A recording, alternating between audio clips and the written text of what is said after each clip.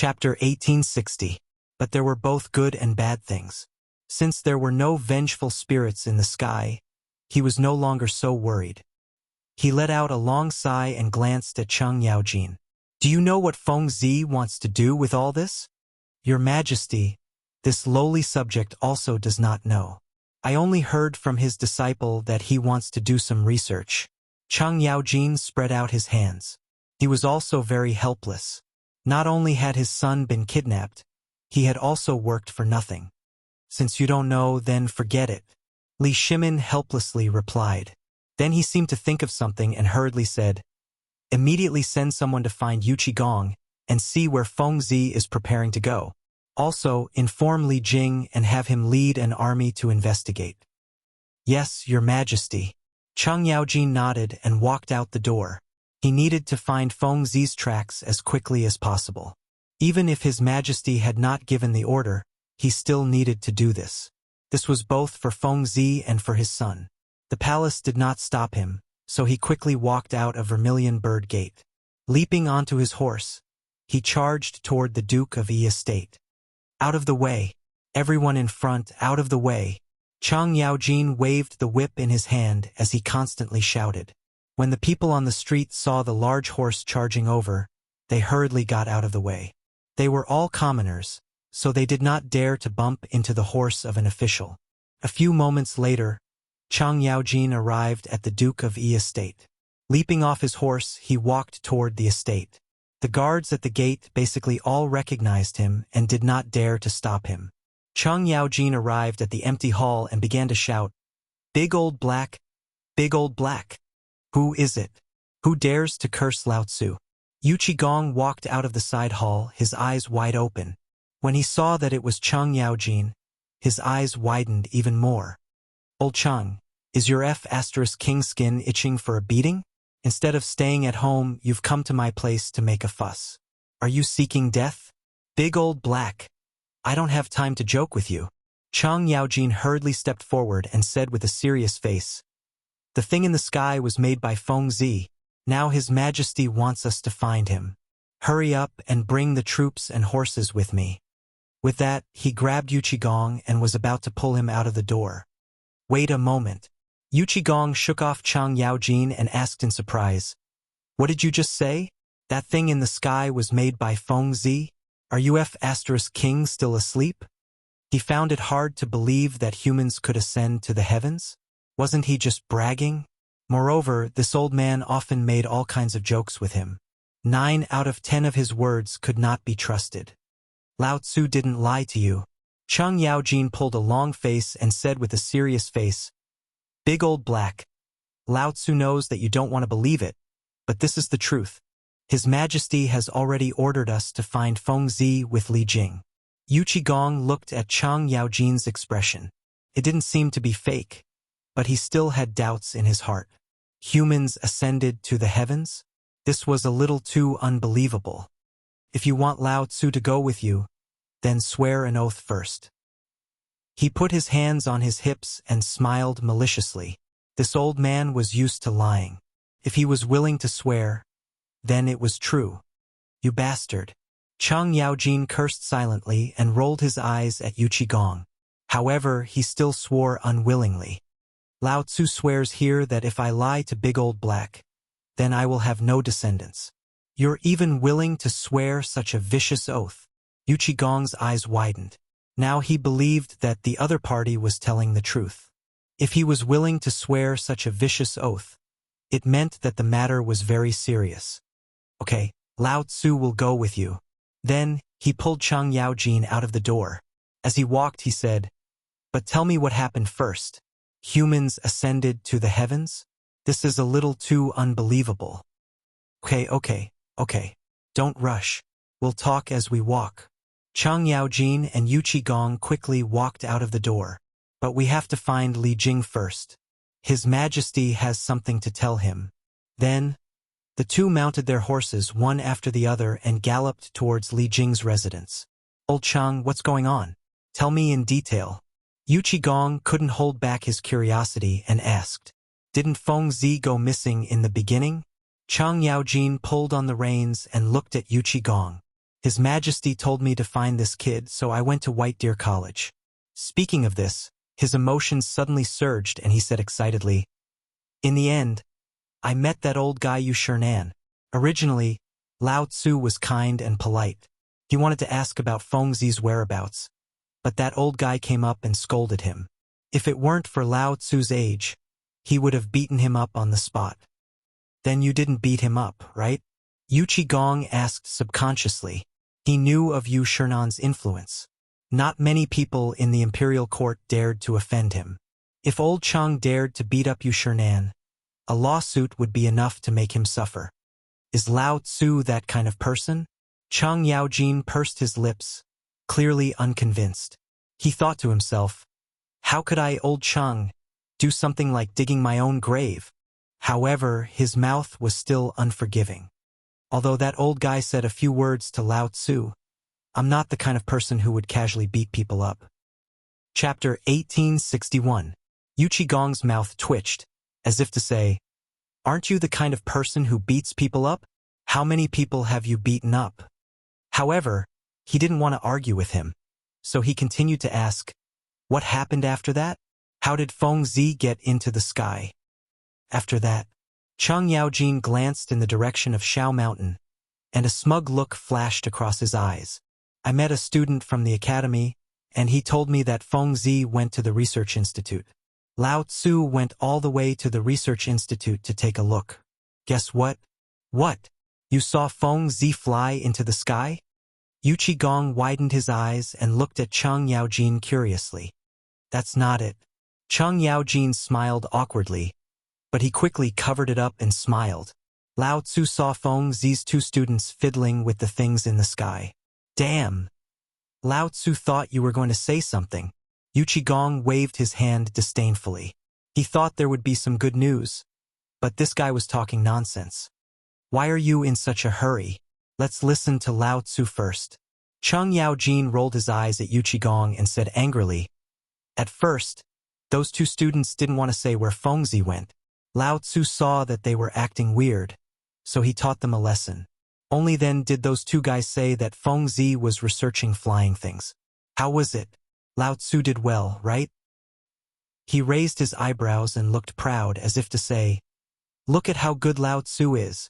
However, Yu Qigong ignored all of this and sneered. How was it? How embarrassing. You beat up two weak students, and you still have the nerve to show off in front of Lao Tzu? Lao Tzu was trying to find out where Fengzi was. Chang Yaojin widened his eyes and looked unconvinced. Lao Tzu's Tainyo and Fengzi disappeared together. How can Lao Tzu not be worried? Iron Bull is gone too. Yu Qigong frowned as a bad premonition struck him. Yeah, it's not just Tainyo. There's also Zhangsun Wuji's kid and Old Man Du's kid. Chang Yaojin added. So many people have disappeared? Yu Qigong muttered to himself. He didn't expect so many people to disappear. It seemed like things weren't as simple as they seemed. With that, he whipped his horse and galloped forward. A hurried voice came from the original spot.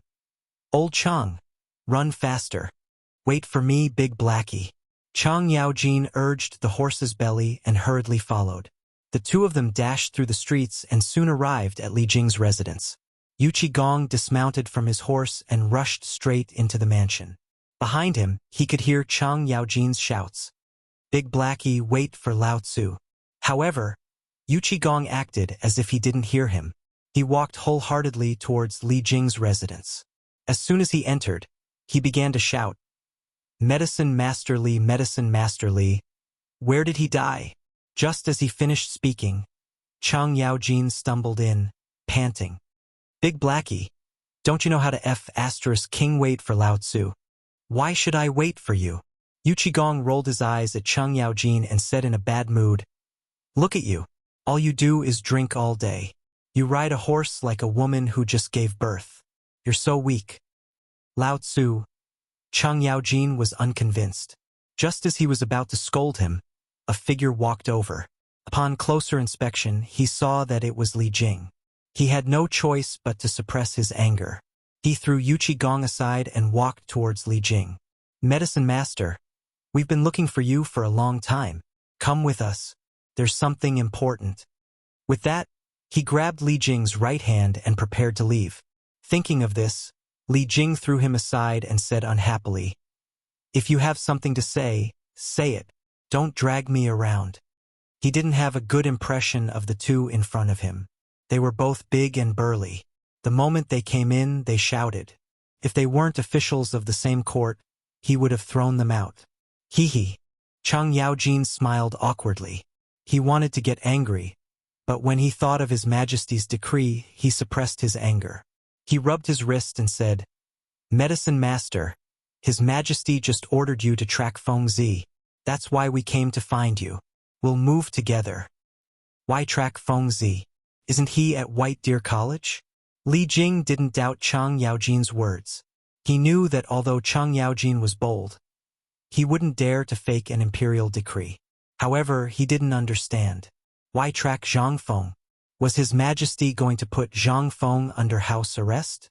Was that why he wanted him to track him? You still don't know, right? Feng Zi is missing. Chang Yaojin looked at Li Jing. He thought that Li Jing knew, but it seemed like that wasn't the case. What? Feng Zi is missing? Li Jing was shocked. He grabbed Chang Yaojin and asked anxiously, "What is going on?" "Don't be anxious. Listen to me first." Chang Yaojin pushed Li Jing's right hand away and said solemnly, "I just received the news today. His Majesty told me that Feng Zi was missing. Later on, I went to look for him and found out that the thing in the sky was created by Feng Zi. Later on, His Majesty asked you and Big Black to track down Feng Zi's traces, which is the thing in the sky. You're saying that the thing in the sky was created by Feng Zi?" Chapter 1862. Lord Li Jing's eyes widened in disbelief. "That's right. And he's already in the sky." Chang Yaojin nodded and looked at the sky. "Even my iron bull has gone up. Why are you only telling me such an important thing now?" Lord Li Jing frowned, clearly unhappy. With that, he glanced at the sky and turned to walk out of the residence. "Let's go. Follow me to the barracks to gather the troops." "Oh, I'm coming." Chang Yaojin pulled Gong and quickly followed. The three of them hurriedly walked out of the door and rode their horses to the barracks. Since they were tracking that thing in the sky, the more people there were, the better. With one more person, they would have one more pair of eyes and one more strength. The three generals who led troops to war knew this very well. After rushing all the way, the three of them finally arrived at the barracks. They hurriedly gathered 20,000 troops and left the barracks. "Yaojin, in my opinion, we should split up." Lord Li Jing glanced at the blurry hot air balloon in the sky and said solemnly. The hot air balloon was drifting further and further away, and it was easy to get lost if they followed it together. The best way was to split up. Moreover, this fellow was a veteran commander, so there was no problem with this. "All right, I'll go with Big Black. You go alone. Is that okay?" Chang Yaojin nodded and immediately agreed with Lord Li Jing's opinion. As a veteran commander, he naturally had such strategic foresight. "All right, then I'll go first." Lord Li Jing nodded and then looked at the soldiers behind him. He shouted, 10,000 men come with me." As soon as he finished speaking, he waved his horsewhip and rushed forward. The soldiers behind him followed closely behind, raising a cloud of dust. Looking at the gradually disappearing figures, Gong looked at Chang Yaojin and said solemnly, "Old Chang, let's go too." "All right, let's go." Chang Yaojin nodded. With that, he pulled the horse's head and shouted, "Everyone, follow me." The soldiers immediately opened up a path in the middle. Chang Yaojin whipped his horse and galloped off. Gong followed closely behind. Seeing that the two commanders had already set off, the soldiers followed behind. Although the hot air balloon had drifted far away, its speed was not very fast. Occasionally, one could still see the shadow of the hot air balloon. Looking at the image, Chang Yaojin and Gong led their troops and charged towards the hot air balloon. They did not dare to be negligent. This was not only because of His Majesty's imperial edict, but also because of some personal reasons. Both of them were on good terms with Zhang Feng, especially Gong. His cousin even had some sort of entanglement with Zhang Feng. If something happened to Zhang Feng in the sky, what would happen to his cousin? On the other hand, Chang Yaojin was just as worried as Yu Qigong. This was because his son was currently in the sky with Zhang Feng. If his son was in any danger, what would happen to the Cheng family? Wouldn't that be the end of their line? Thinking of this, he felt as if a needle had pierced his heart. It was an abnormal feeling. Everyone, speed up. Chang Yaojin glanced back and shouted. With that, he waved his horse whip and sped up. Old Cheng, wait for me. Yu Qigong was not to be outdone. He waved his horse whip and followed. He naturally knew that old Cheng was worried about his son, so he did not dissuade him. Instead, he directly followed. The two of them hurried on without stopping. Dust rose behind them, and the sound of the soldiers' footsteps could be heard behind them. After running for an unknown period of time, they finally saw the shadow of the hot air balloon. Whoosh! Yu Qigong reined in his horse and glanced at the hot air balloon in the sky. Then, he looked at the guard beside him and said, "Bring me the map. Big Black, why aren't you continuing to chase?" Chang Yaojin also stopped and looked at Yu Qigong beside him. He was a little puzzled. After all, they had just seen a shadow and it was still far away. Why was this guy still stopping here? Wait a minute. We've been running for so long. Even if the people aren't tired, the horses still need to rest. Yu Qigong looked at Chang Yaojin with a serious expression. After that, he did not wait for the other party to reply. He took the map from the guard and looked at it seriously. A moment later, he frowned and handed the map in his hand to Chang Yaojin. "Old Chang, look. We've left Chang'an." "Left Chang'an?" Chang Yaojin took the map with a puzzled expression and glanced at it roughly. As expected, it's just that Fengzi is still floating ahead. Look in the direction Fengzi is floating in. That's it. Yu Qigong pointed in the direction of the hot air balloon with a solemn expression. Chang Yaojin looked in the direction Yu Qigong was pointing in. At first, he did not notice it. After looking for a while, he suddenly felt that something was wrong and exclaimed, "That's the direction of Shangzhou?" "That's right. I looked at the map just now. Fengzi is going in the direction of Shangzhou." Yu Qigong took a deep breath and furrowed his brows as if he was worried about something.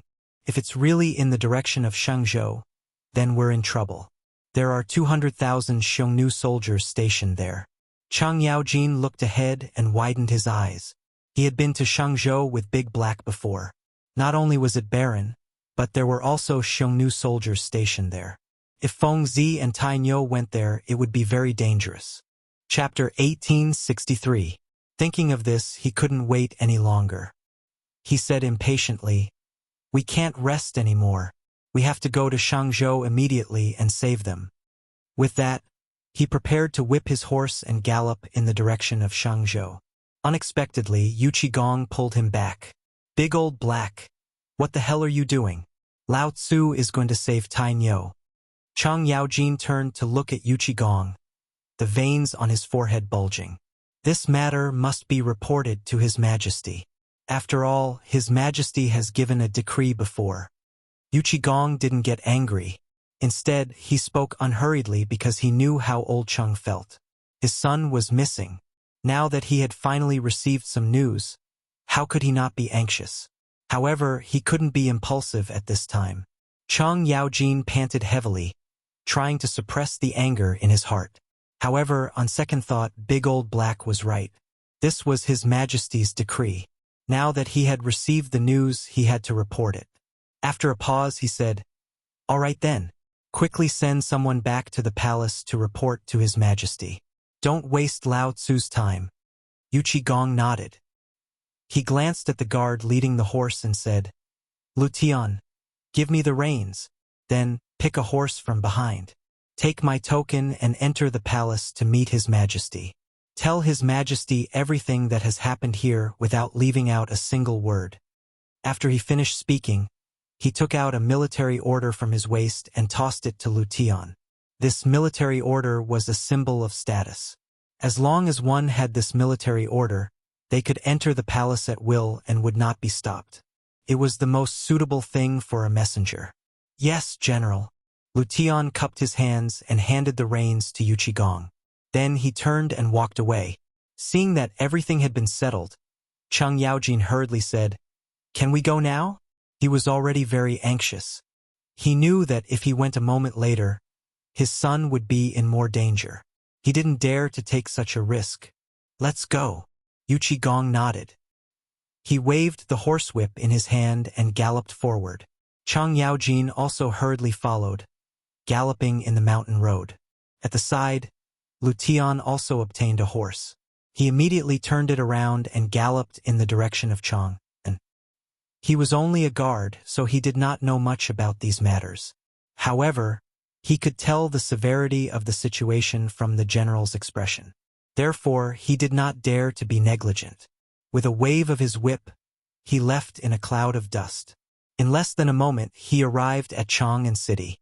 As soon as he entered the city, waves of wailing could be heard incessantly.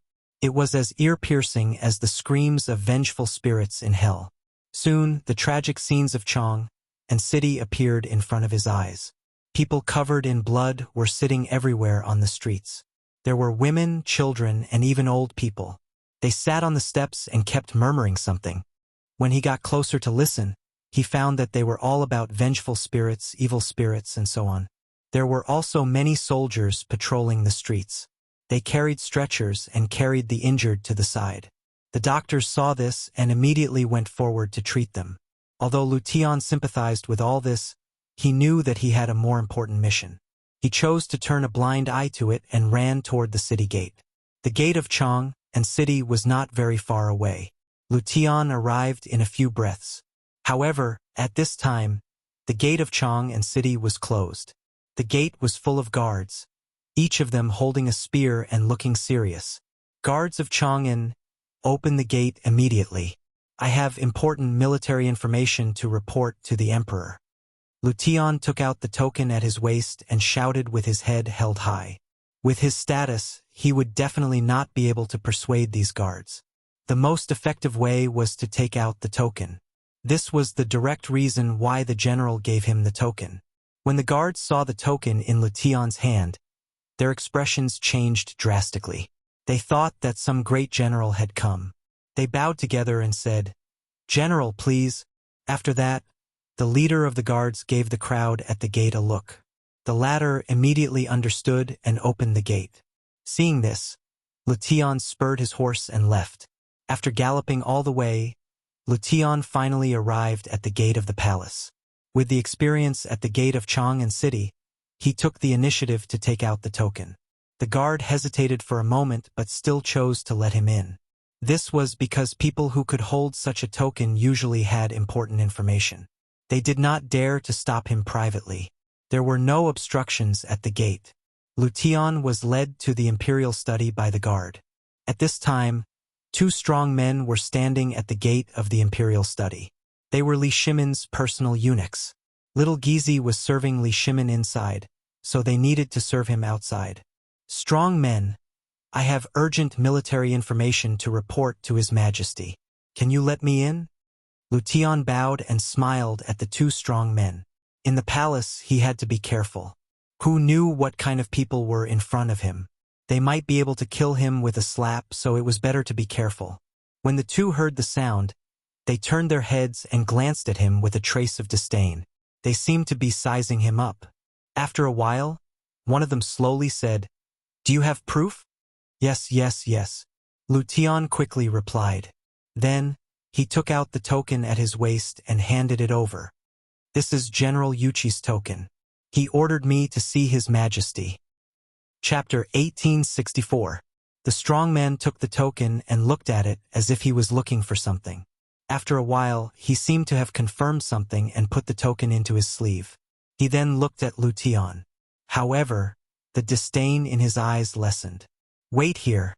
I'll report to His Majesty." With that, the strong man turned and walked towards the imperial study without waiting for Lu Tian's reply. In less than half an hour, the strong man walked out again. He glanced at Lu Tian and said calmly, "Go in. Be careful not to say anything." "Thank you, strong man." Lu Tian cupped his hands and walked towards the imperial study. As soon as he entered, he felt an oppressive atmosphere that made it hard for him to breathe. At this moment, A hoarse duck's voice was heard. Halt! Why don't you bow when you see His Majesty? Lu Tian was startled and subconsciously looked up. He saw a man in a dragon robe sitting on the dragon throne. However, this person did not look too good, as if he had not slept for a few days. He shook his head and threw away the distracting thoughts in his mind. When he realized that the person in front of him was His Majesty, he quickly bowed. Greetings, Your Majesty. General Yuchi ordered me to report the military situation. Please forgive me for my rudeness. Lu Tian lowered his head tightly and said in a trembling voice. He did not bow immediately, which was a little rude. However, Li Shimin was not in the mood to care about this. He slowly raised his head and said tiredly, "What military situation did Yuchi Gong ask you to report?" Hearing that His Majesty did not care about his rudeness, Lu Tian was delighted and blurted out, "Your Majesty, General Yuchi and General Chang followed Your Majesty's imperial edict to track that thing in the sky. They have been rushing all the way and have already left Chang'an. General Yuchi has a premonition that the thing in the sky is heading towards Shangzhou." What? Li Shimin stood up from the dragon throne and widened his eyes. What did you just say? Say it again? Your Majesty, please forgive me. Lu Tian suddenly knelt on the ground. His face was a little pale. He did not know why His Majesty suddenly became angry, nor did he know that he had said something wrong to make His Majesty so angry. If he really angered His Majesty, he would not be able to leave the imperial study today. He was very worried. I asked you to say it again. Did you not hear me? Li Shimin's eyes were bloodshot, and he looked a little ferocious. Yes, Your Majesty. Lu Tian's legs trembled incessantly. His forehead was already dripping with cold sweat. He crawled on the ground tightly, not daring to raise his head at all. General Yuchi has a premonition that the thing in the sky is going to float in the direction of Shang province. General also said that there are 200,000 Xiongnu soldiers stationed in Shang province. General is currently leading the troops in the direction of Shang province. The direction of Shangzhou. Li Shimin put his hands on the table, his face pale. If Feng Zi and the others went to Shangzhou and fell into the hands of the Xiongnu people, they would definitely die. Thinking of this, he quickly said, "Go back and tell Yuchi Gong to protect Zhang Feng at all costs, even if it means starting a war with the Xiongnu people. Go quickly." After saying that, he covered his chest with his hand as if something was blocking his throat. Cough, cough. Your Majesty, Your Majesty. Little Gizi quickly went forward and supported Li Shimin. He patted his chest and asked with concern, "Your Majesty, are you okay?" Cough, cough. Li Shimin coughed violently again. After a while, he seemed to have recovered a little. He waved his hand. "I'm fine." After saying that, he glanced at Lu Tian, who was kneeling on the ground. "Let this guy go quickly. Did you hear that? His Majesty wants you to go back and tell Yuchi Gong." Little Gizi supported Li Shimin with one hand and scolded Lu Tian. Oh! Lu Tian suddenly realized that he had been frightened by His Majesty and lost his mind for a moment. Now that he had recovered, he quickly said, "I'll go back and report immediately." After saying that, he quickly got up and turned to walk out of the imperial study. At the same time, on the hot air balloon, Zhang Feng and the others were huddled together as if they were hugging each other for warmth. They hugged each other tightly, their lips pale, and even their eyelashes were stained with the moisture in the air. It seemed that they were quite cold. White clouds floated past their eyes, but they were not in the mood to enjoy the scenery. After an unknown period of time, Zhang Feng started to tremble from the cold. He subconsciously touched the blanket that was originally covering him, but found that it was gone. He could only open his half-closed eyes and glance to the side, only to see that the blanket had run to the three guys. This angered him. Damn it, he was still cold, and they actually dared to take the blanket away. The more he thought about it, the angrier he became. He could not help but curse. Damn it, you idiots, hurry up and wake up Lao Tzu. After a round of scolding, no one moved at all. This angered Zhang Feng and he kicked them. Idiot, wake up. Don't King pretend to be dead. Violence was indeed the most direct way to solve problems. Under Zhang Feng's torture, everyone woke up one after another. The first to wake up was Chang Chumo. He rubbed his sleepy eyes and was somewhat puzzled. Feng Zi, I dreamed that someone kicked me. What do you think is going on? Chapter 1865. Yeah, I dreamt of it too. Not only did he kick me, but he also kept scolding me. Zhang Sun patted his butt. He also felt it deeply. Dugo spread his hands, indicating that he didn't know. He wanted to get rid of the suspicion first. Besides, he was also kicked. It was Lao Tzu who kicked me just now. Zhang Feng put his hands on his hips and glared at the crowd. Motherf asterisk cur. You idiots. Lao Tzu said he was going to sleep for a while. Where did the blanket that covered his body go? Are you trying to rebel? Recently, the hot air balloon and the academy had caused him to not have a good night's sleep. Now that he finally had some time, he wanted to sleep for a while and let these guys look after the hot air balloon. They readily agreed, so he didn't care. However, when he woke up, not only were these guys lying beside him, he didn't even know where the hot air balloon had drifted to. How could he not be angry? These fellows were simply incapable of accomplishing anything but good at spoiling things. Blanket. Dugo subconsciously looked at the blanket on his body and scratched his head awkwardly. Feng Zi, we saw that you were too hot just now, so we borrowed it to cover you. Don't be angry. Borrowed?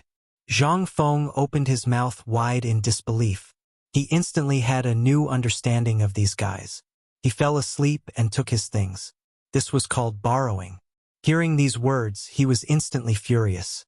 He pointed at the three's noses and scolded. Are you motherf asterisk curs shameless? Is this called borrowing? This is called stealing. Lao Tzu was sleeping well, but you took away Lao Tzu's blanket. Now you're in the right. Do you believe that Lao Tzu will immediately deflate the hot air balloon?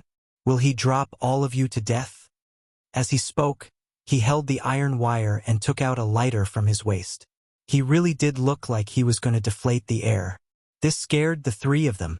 They quickly grabbed Zhang Feng's thighs and begged, Feng Zi, don't be impulsive. If you let go, we'll all go see the king of hell. Yeah, Feng Zi, isn't it just a blanket? When we get back, I'll compensate you with 100. I'll give you as many as you want. How about that? Feng Zi, please don't do this. This is one corpse and for lives. Zhang Feng naturally wouldn't do something like digging his own grave. He only said that to scare the three of them. Now that the three of them had given in, he naturally felt greatly relieved. He deliberately coughed twice and said, Ahem, you guys are used to being dandy. You actually dared to steal from Lao Tzu. This time I'll teach you a lesson. If you do it again, Lao Tzu will kill you. Definitely not. Feng Zi, don't worry. If it happens again, we'll jump down ourselves. Yeah, I won't. The three of them kept nodding and bowing, as obedient as they could be. Seeing this, Zhang Feng proudly glanced at everyone before putting away the fire starter in his hand with satisfaction. You even gave me a blanket. Are you trying to freeze me to death? He glared at Dugo, his gaze not leaving the blanket in the other's hand. Here, here, here. Dugo hurriedly handed the blanket over, afraid that the other party would be dissatisfied and prepare to release the gas again. If that happened, they would all be wiped out. After all, he hadn't lived long enough yet. That's more like it. Zhang Feng took the blanket with satisfaction and immediately wrapped it around his body. Instantly, he felt a wave of warmth. However, Chang Chumo and the other two felt uncomfortable. The three of them could only curl up together and shiver. There was nothing they could do. The air in the sky blew, forming waves of cold wind that were bone-chilling. The three of them hugged each other and shivered non-stop. Their lips were turning blue. Just like this, after the time it took for a stick of incense to burn, Zhang Sun, who was outside, couldn't stand it anymore. He said with a trembling voice, Tai Nyo, when you came up, didn't you bring a package? Go and see if there's anything that can keep out the cold. Yeah, I brought something when I came up. How could I forget? Look at my dog head. Chang Chumo suddenly stood up and patted his head. He then went to rummage through the package beside him. After rummaging for a long time, he seemed to have seen something and exclaimed, Why is this thing in the hot air balloon? With this roar, Everyone's attention was focused on him. What is it? Zhang Feng looked at Cheng Chumo with a puzzled face. Come and see for yourself. Cheng Chumo pulled at the package, as if unwilling to say more, trying to be mysterious. Zhang Feng secretly spat. He frowned and walked towards the package. When he glanced at it, he felt unwell. The package was filled with gunpowder. He roughly estimated that there were 10 stones. One stone was equivalent to 120 kilograms. That would be 1,200 kilograms of gunpowder. He subconsciously exclaimed, "Gunpowder? Why is there so much gunpowder in the package?" He remembered that when he went up the hot air balloon, he didn't bring any gunpowder. Why was there this thing now? If it was other things, it would be fine. However, gunpowder was very dangerous, especially in the sky. If there was any danger, there would be no way out. Moreover, there was a lot of gunpowder. If they weren't careful, everyone could be smashed to pieces. I don't know either. Cheng Chumo pulled a long face, expressing his innocence. Of course, he knew the pros and cons of this, but if it wasn't him, he would definitely not admit it. Chapter 1866. You don't know? Zhang Feng frowned, then looked at Zhang Sunchong and Du Go. If Cheng Tiniu really didn't know, then it was these two guys who did it. Tell me, did you two do it? It wasn't me. Zhang Sunchong's face changed, and he quickly waved his hand to get rid of suspicion. When we got on the hot air balloon, we followed your instructions and moved some things up. How would we dare to move this thing that could kill us? Moved some things? Zhang Feng held his chin and began to recall what happened before they got on the hot air balloon. He did ask these guys to move some sandbags to stabilize the hot air balloon, but he didn't ask them to move gunpowder. With these guys' courage, they shouldn't dare to do such a thing privately. After all, this wasn't a joke. Could it be that they accidentally moved it up? He kind of believed this because these people didn't have the courage to joke with their lives. Fortunately, he didn't smoke because he was afraid of hydrogen. Otherwise, he wouldn't know where he became fertilizer. Forget it. Forget it. Since we've already moved it up, let's not bother about this. Zhang Feng waved his hand, indicating that he was letting them go. Just as he was about to turn around, he suddenly remembered something. He glanced at everyone and said with a serious face, "Now that the gunpowder is on the hot air balloon, you can't play with fire or smoke. Just in case, let me take care of the matches." After saying that, he reached out and asked for the matches from everyone. Everyone didn't hesitate and handed the matches to Zhang Feng. After all, they all knew the power of the gunpowder. If it was ignited, it would be a total annihilation. Zhang Feng put the matches in his waist and glanced at the exposed gunpowder. He said with some worry, "You guys hurry up and pick up the gunpowder. What if something happens? Lao Tzu doesn't want to die."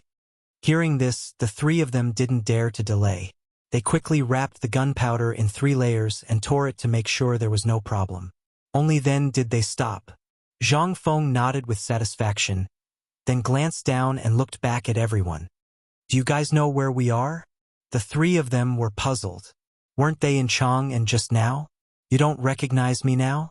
They hurriedly glanced down and looked at the high mountains and hills below. Almost in unison, they said, "This is Shang province." Their fathers were all high-ranking officials in the imperial court. Naturally, they were very familiar with the customs of the Tang dynasty. Even if they were on a hot air balloon, they could still distinguish the regions. Shang Prefecture? Zhang Feng frowned. He had a bad premonition. How did we end up in Shangzhou? I don't know either. Cheng Chumo's expression was somewhat unsightly. He said, "I heard from my father that there are Turks stationed in Shang province. There are as many as 200,000 soldiers and horses." What? Zhang Xuan's expression changed. He held onto the iron wire and asked, "Why are there Turks here? Aren't we getting closer and closer to the Turkic camp?" He knew what it meant to go to the Turkic camp. It was death. The Tang dynasty and the Turkic Empire were at war all year round. If he went there now, he would definitely become a captive. The hot air balloon soon fell into a panic. The 3 timid guys hugged each other tightly and secretly prayed that the hot air balloon would leave the Turkic camp. On the other hand, Zhang Feng held his chin as if he was thinking about something. After a while, the corners of his mouth curled up, revealing a hint of joy. He looked at everyone and said with a smile, "Don't cry. Lao Tzu will bring you guys to do something big. How about it?" Something big? Chang Chumo subconsciously raised his head and was somewhat curious. What big thing? You're not thinking of pushing us into a pit of fire, are you? He did not think that Feng Zi had anything big to do. Now that they were close to the Turkic camp, what big thing could they do? Could it be that they were going to court death? Yes, Feng Zi. We're all brothers. You can't harm us. Dugo was also worried. His thoughts were similar to Chang Chumo's. He did not think that Feng Zi could bring them to do anything big. On the contrary, he knew how to play tricks. Don't worry. It's definitely not a bad thing. Zhang Feng revealed a harmless smile. I guarantee that you guys will feel that this trip was not in vain. The three of them looked at each other. For a moment, they did not know how to answer. This was because they knew that Feng Zi was not a kind person. He said that he was going to do something big, but he did not specify what it was. This caused their hearts to be in a mess. They were afraid that this fellow would leave them to be fed to the Turks if they were not careful. No, they had to ask more clearly. Feng Zi, what big thing are you bringing us to do? Can you be a little clearer? Chang Chumo looked curiously at Zhang Feng. As he spoke, he held tightly onto Zhang Sun, afraid that Zhang Feng would have some improper thoughts about him. That's right, Feng Zi. You should have told us earlier so that we would have been prepared. Dugo could not help but interject. His body was trembling, but it was unknown whether it was from the cold or from fear. What's with all this nonsense? Zhang Feng waved his hand impatiently. You guys are used to being wastrels. When you hear that you're going to do something big, you're actually so scared. Lao Tzu originally wanted to do something big this time to wash away your bad reputation. Since you guys are so scared, then don't go. Lao Tzu will go alone. When he comes back, don't drool. Chapter 1867. With that, he crossed his arms, leaving his back to the crowd. He seemed to be unable to restrain his anger, but in fact, he was already overjoyed. He had said those words to provoke these guys. In his heart, he really hoped that they would do it together. After all, he might not be able to do it alone. Sure enough, Chang Chumo couldn't stand it anymore. He suddenly stood up, as if he couldn't feel the cold anymore. Feng Zi, I'll do it with you. With that, he turned around and glanced at Zhang Sun and Dugo. It seemed to be a question, but it also seemed to be a threat. He admitted that what Feng Zi said just now was not wrong.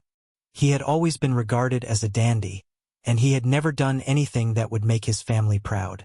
Now that Feng Zi said that he was going to do something big, and it didn't seem like he was lying, then he would do it. However, just in case, he had to drag these two guys along. The two of them were startled and hesitated. They looked at each other for a while, then seemed to have made a decision in their hearts. They stood up and said, Feng Zi will do it too. Hearing that everyone agreed, Zhang Feng slowly turned around and said with a smile, That's right. I guarantee that you won't make this trip in vain. With that, he narrowed his eyes and looked straight at the crowded heads and tents in the valley in the distance. The corners of his mouth couldn't help but curl up. At the same time, in Chang'an City, the streets that used to be bustling with noise and excitement seemed to be covered with a layer of haze, becoming much more depressing. The Black Tortoise Gate incident made the entire Chang'an City vigilant. Occasionally, traces of blood that had not dried up could be seen on the ground. This was left behind by the stampede at that time. Even though the soldiers had cleaned it up once, it could still be clearly heard. There were many pedestrians on the streets, but most of them were merchants doing business. There were also some peddlers and lonely servants. However, they were different from usual. They could no longer hear the shouts. They seemed to have lost their strength and were listless. In fact, they did not want to come out, but their families had to spend money. There was also a crying baby waiting to be fed. All of this forced them to come out and seek a way to survive. They traveled in groups of 3 or 5. Usually, this kind of situation would not be seen at all. After all, everyone was selling similar things. When the customers saw that there were still people to choose from, naturally it would be survival of the fittest. There were even some who would bargain. However, it was a little different these days. The storm had not completely passed yet. Traveling together was the best way. It was also a kind of self-protection. There was no other way. In order to survive, they had to do this. After walking for a long time, the group of people was probably tired. Among the crowd, Wuxia proposed to take a break. Seeing that this thing could not be sold, they might as well take a break. Thus, they simply agreed. Everyone seemed to have lost their strength and sat down on the steps, complaining incessantly. Old Wang, when do you think this Black Tortoise Gate incident will pass? Wuxia put down the load in his hand and glanced at the white-bearded old man in the crowd. Be careful with your words. The old man called Old Wang glared at Wuxia. He put his finger to his mouth and looked cautious. Then he glanced at the side of the street. Seeing that there were no soldiers, he slowly looked at Wuxia. You bastard! You really don't know the immensity of heaven and earth. How dare you talk about this kind of thing? Do you want your whole family to be buried with you? He was the oldest in the group. Back then, he was lucky enough to be a study companion of a rich family. He could recognize a few words and could be considered half a cultured person. In the village, he taught the children to read. Thus, everyone called him Old Wang out of respect. Usually, when people did not understand something, they would ask him. However, the things they asked this time seemed to make him a little angry.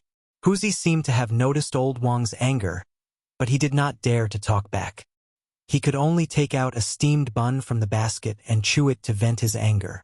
Old Wang, don't be so angry. Wuxia's eyes were sharp.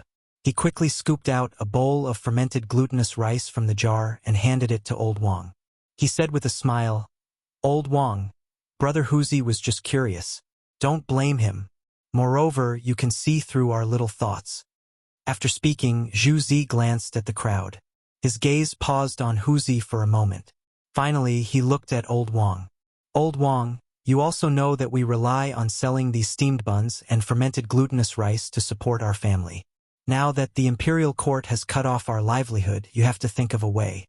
After speaking, he glanced at Wuxia and signaled with his eyes. Then, he handed the bowl of fermented glutinous rice to Old Wang. Wuxia instantly understood. He quickly took out the steamed bun in his mouth and took out a new one from the basket. He handed it to Old Wang and smiled. Old Wang, I said something wrong just now. I apologize. However, Wuxia's words are not without reason. Now that the storm is so big, we can't sell our things. Are we waiting for death? Yes, Old Wang, you are experienced and knowledgeable. Give us an idea. If we really can't do it, let's change our profession. We really can't do this anymore. Everyone discussed and prepared to find a way out for themselves. Chapter 1868. Don't quarrel. Old Mr. Wang glanced at the crowd and gradually quieted down. Then he slowly said, I know what you are talking about, but we can't solve it in a hurry. As long as the crisis in the imperial court is not over, we will not have a good time. But we don't know when the imperial court will solve this crisis. As soon as he finished speaking, the depressed mood of the crowd immediately rose. What? Then won't our families starve to death? Yes, then when can we make money? The discussion of the crowd made old Mr. Wang feel very uncomfortable. He had watched these young people grow up. Now that there was no way to survive, he was also anxious. But it was useless to be anxious. All of this was Li Erlang's sin, and he needed to solve it. At this time, he was very disappointed with Li Erlang. Why did the ghosts of the Xuanwu Gate involve the people? Wasn't this king harming people? If the emperor hadn't done that absurd thing, there might not be today's disaster. But then again, if he hadn't done that, Li Erlang wouldn't have been able to ascend the throne. He squinted his eyes and looked in the direction of the imperial palace, but there was nowhere to vent his anger. This group of brats in front of him could talk about it, but he was an elder. How could he comment on this with them? Just as he was looking up, a group of soldiers came out of the city gate of Chang'an, and there were 3 strong men among them. This posture instantly attracted his attention, because he had seen before that strongmen would come as long as there was a decree from the palace. Last time, when Li Erlang announced a general amnesty, the situation was similar to this. However, the posture this time seemed to be bigger than before. There were 3 strongmen, and even half of the guards of Chang and city came out. There were also some generals in armor. Was Li Erlang going to do something? Or was he going to give a general amnesty again? He didn't care so much and quickly patted the chatting crowd. Boys, the imperial decree came. Let's go and have a look with the old man. After that, he slowly stood up with his hands on the ground and walked to the city gate. Everyone was still talking about a way out when they were interrupted by Old Man Wang. They were a little puzzled. When they turned around, they found that the old man had already disappeared. They hurriedly carried their burdens and chased after him. On the other side, the gate of Chang and city was slowly opened. Su Lian led 2 groups of people out of the city, followed by 2 groups of imperial guards. In the middle stood 3 strong men. The one in the middle was holding something that looked like an imperial edict. However, upon closer inspection, it was very different from an imperial edict. His face was serious, as if the thing in his hand was extremely precious. The group quickly arrived at the place where the notice was posted at the city gate. Si Lian waved his hand, and the guards immediately formed a circle and isolated the area within a radius of 20 meters, leaving only the notice wall in the middle. At this moment, Old Wang led Huzi and the others to the periphery. However, they were not the only ones. There were many merchants who also noticed this phenomenon. They put down their business and rushed over. They stretched their heads and looked at the guards curiously. "Elder, what do you think they are doing?" The kid came out and pointed at the guard. "This?" Old Wang frowned and stroked his white beard. "It should be an imperial edict from the palace." This was just his guess. As for the specifics, he would have to see it. Everyone looked up and scrambled to look at the guard. They were very impatient. Everyone wanted to watch a show, and no one was an exception. Looking at the anxious crowd, Su Lian took half a step forward and bowed to the strong man behind him.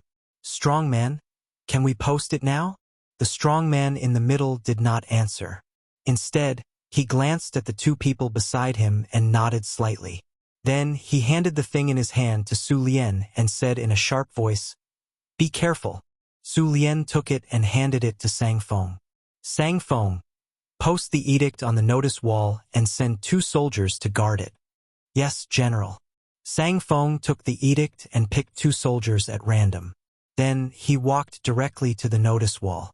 The notice wall was where the government usually issued announcements. All the edicts would be posted here for the people to read. After posting the edict, Su Lian waved his hand and ordered the soldiers to withdraw. The guards immediately rushed back into the city and closed the city gates.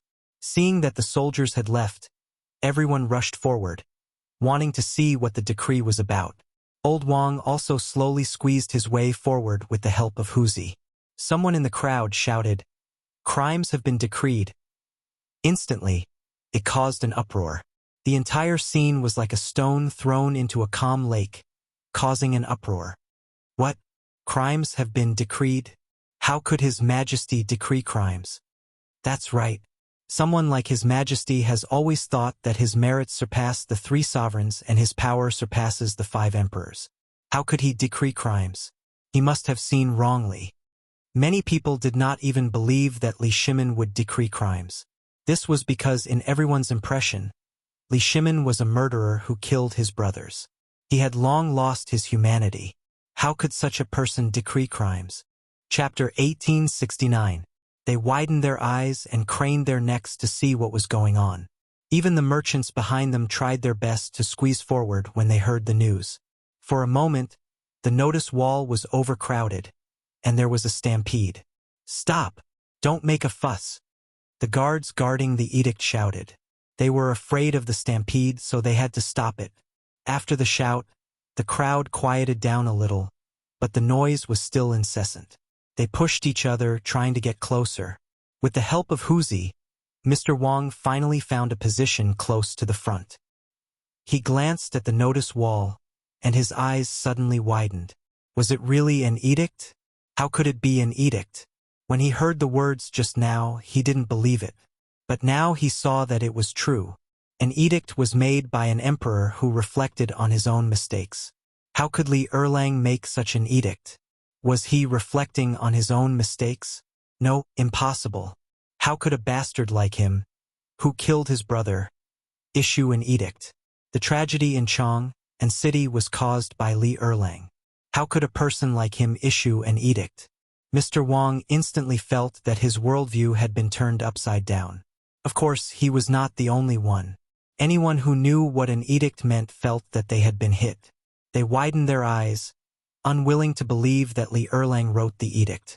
Because in their eyes, Li Erlang was already an emperor who brought disaster to the country. Without him, how could there be such a tragedy in Chang'an City? Without him, how could their relatives and friends be disabled and die? Without him, how could the ghosts of the Xuanwu Gate come back to take their lives? However, the truth was right in front of them. The edict was right in front of them. Could it be fake? They didn't dare to think about it, so they could only continue to read with a surprised expression. Since the Xuanwu Gate, I have been unable to sleep at night. I know that I am not virtuous. However, I am guilty, but I can't blame 10,000 people. Mr. Wang couldn't help but tremble when he read this. He didn't expect that Li Erlang would dare to talk about the Xuanwu Gate so openly. Didn't he know that the ghosts in the sky were watching? Or, since he had issued an edict, he was not afraid of these. However, in the second half of the sentence, Li Erlang was talking about his own sins. Was Li Erlang really going to repent? Getting rid of the thought in his mind, Old Man Wang continued reading. If I cannot protect my children and grandchildren, Li Min, they will perish. The prosperity of a nation depends on one person. The glory of a nation depends on one person's celebration. If the year is plentiful and the world is at peace, I will remove the calamity from my body and save all nations. That is my wish. I am willing to be unstingy. If I do not give myself to a wasp, I will ask to be stung. As soon as he finished speaking, the crowd started to quarrel again. Your Majesty, are you really counting your sins? His Majesty's crime has been decreed. He speaks very sincerely. Could it be that he is truly repentant? Everyone was bewildered. They couldn't believe that Li Erlang was truly remorseful. However, the letter was written so sincerely that it didn't seem fake at all. How was he going to explain this? Could it be that Li Erlang was using a delaying tactic to temporarily stabilize the hearts of the people? No, that was unlikely. The emperor's reputation was obviously more important than stabilizing the hearts of the people. At least Li Erlang and the royal family thought so. They would not damage the royal family's dignity for such a matter. That meant that Li Erlang was truly repentant. Even the emperor of a country was repentant. It seemed that the people were still very important to Li Erlang. Everyone's eyes kept glancing at the decreed crime and slowly calmed down. They began to recall Li Erlang's merits. Although this guy killed his brother, even if the dethroned crown prince, Li Jianqing, was still alive, he might not have done better than Li Erlang. Think about it, Li Erlang led the army to war and almost half of the Tang dynasty was conquered by him. Li Jianqing didn't have any outstanding achievements. Instead, he colluded with King Qi. Not only colluded, but the two of them were no match for Li Erlang. What was the use of such an emperor? On the other hand, Li Erlang led the army to quell the chaos of the former Sui dynasty, beheaded the bandits, and bravely dominated the region. After becoming the emperor, he became much more diligent. He never missed a court meeting and reviewed memorials every day. He did not slack off. Not only that, he also appointed talents and was kind and thrifty. There were not many emperors like this in the past. However, they were still complaining here. It was really inappropriate. Everyone lowered their heads. Every time they thought of His Majesty's achievements, they blushed. Since His Majesty has already decreed crime, we should not harp on this matter. After all, His Majesty has also done a lot for the people. Everyone here is a merchant and should have a deep understanding of this. A merchant stood up. He spoke with emotion. In the past, the Sui dynasty was in constant war and business was not good.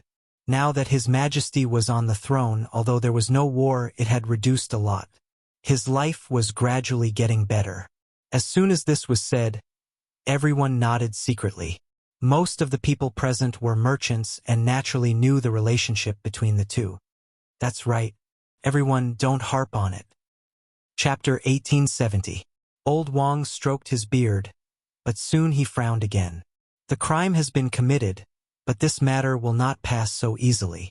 Think about it, the Black Tortoise Gate incident involves the royal family. I'm afraid it won't work if no one can speak up. The retired emperor? A young merchant stepped forward and glanced at the crowd. Only the retired emperor can resolve this matter. I heard that he has reconciled with the emperor. If the retired emperor is willing to speak up, I believe it can be resolved immediately. At the same time, he can shut the mouths of the people and we can do our business smoothly. Old Wang nodded. The only person who could speak up now was the retired emperor. The one who died in the Black Tortoise Gate was his son. It was impossible to say that he did not mind. Everyone in the world knew this. However, if the retired emperor was willing to speak up, he could shut the mouths of the people in the world. After all, this was the royal family's matter. No one had the right to interfere. If the retired emperor spoke up, who would dare to say anything? However, the retired emperor was not stupid. Would he speak up for such a matter? The eldest son and the second son fought for the throne. The second son killed the eldest son. This was not something to be proud of. Just as the crowd was in doubt, someone in the crowd shouted, "The retired emperor is preparing to worship heaven." This sentence brought everyone's attention back. They looked in the direction of the voice and saw a middle-aged man standing in the crowd. He was the one who said this. "How do you know?" Old Wang asked with a serious face. This was a matter of great importance to the world. It was related to the survival of their entire village. He did not dare to be careless. This news came from a brother of mine who works in the palace. The middle-aged man raised his head and looked proud. I travel extensively and am very well informed. This kind of news is just a rumor. As soon as he finished speaking, the entire street was silent. One could hear a pin drop. What shocked everyone was not the identity of this person, but the words that this person had just said. The retired emperor was preparing to sacrifice to the heavens. Originally, everyone had some doubts that this person was boasting. However, since the news came from the palace, then it might be true. Since the news was true, the retired emperor would appear to worship heaven. The storm would be over. Then, Chang'an would be able to regain its peace and they could make a living again. Since the retired emperor is preparing to offer sacrifices to heaven, when exactly will it be? Someone couldn't help but ask. Offering sacrifices to the heavens was a major event, and it would be best if they could go and take a look. Who knows, they might be able to benefit from the imperial aura. Probably in a few days. The middle-aged merchant frowned, and he seemed to be deep in thought as he said, "I wonder if Dean Zhang of White Deer Academy will be participating? Such a big matter. President Zhang should be involved, right?" Most of them had received favors from Zhang Feng, so they still wanted to meet Zhang Feng. Yes, not bad. President Zhang is young and promising. She should attend such a grand event. Old man Wang stroked his beard with a smug look on his face, as if he was talking about a junior. The crowd didn't mind and just nodded vigorously. They all felt that old Wang's words made sense. Obviously, Zhang Feng had already left a good impression in their hearts as a young and promising man. At this moment, they felt that anything good they said about Zhang Feng was right. At the same time, in Shaoshan White Deer College, following Zhang Feng's departure, the crowd didn't notice anything wrong at first. However, as time passed, some people realized that something was wrong. The first person to notice was Yuan Hong. He would usually go to the dean's place after class and ask some questions. However, when he went to look for the dean today, not only was there no one, he didn't even eat the food that was delivered. This made him very puzzled. Hence, he waited in his residence. After waiting for about 4 hours, he finally realized that something was wrong. Usually, even if the dean went out, he would be back in 2 to 4 hours at most. However, he wasn't back after so long. There was something wrong. Furthermore, the food on the table was untouched. This didn't seem like the dean's character. Could it be that he encountered some danger? Or was he kidnapped by some criminals? He shuddered and didn't dare to think about it anymore. If he continued to think about it, there wouldn't be a corpse left of the dean. Hence, he hurriedly went to look for Yu Shernan and the rest. Now that the dean wasn't around, only these few teachers could take charge of the situation. After rolling and crawling all the way, Yuan Hong finally arrived at the classroom. "Say, teacher, the dean is missing." He panted heavily and said with a flushed face. Yu Shernan was teaching in the classroom. When he heard the commotion, he wanted to reprimand them. However, when he heard that Feng Zi was missing, he immediately perked up. "What did you just say?"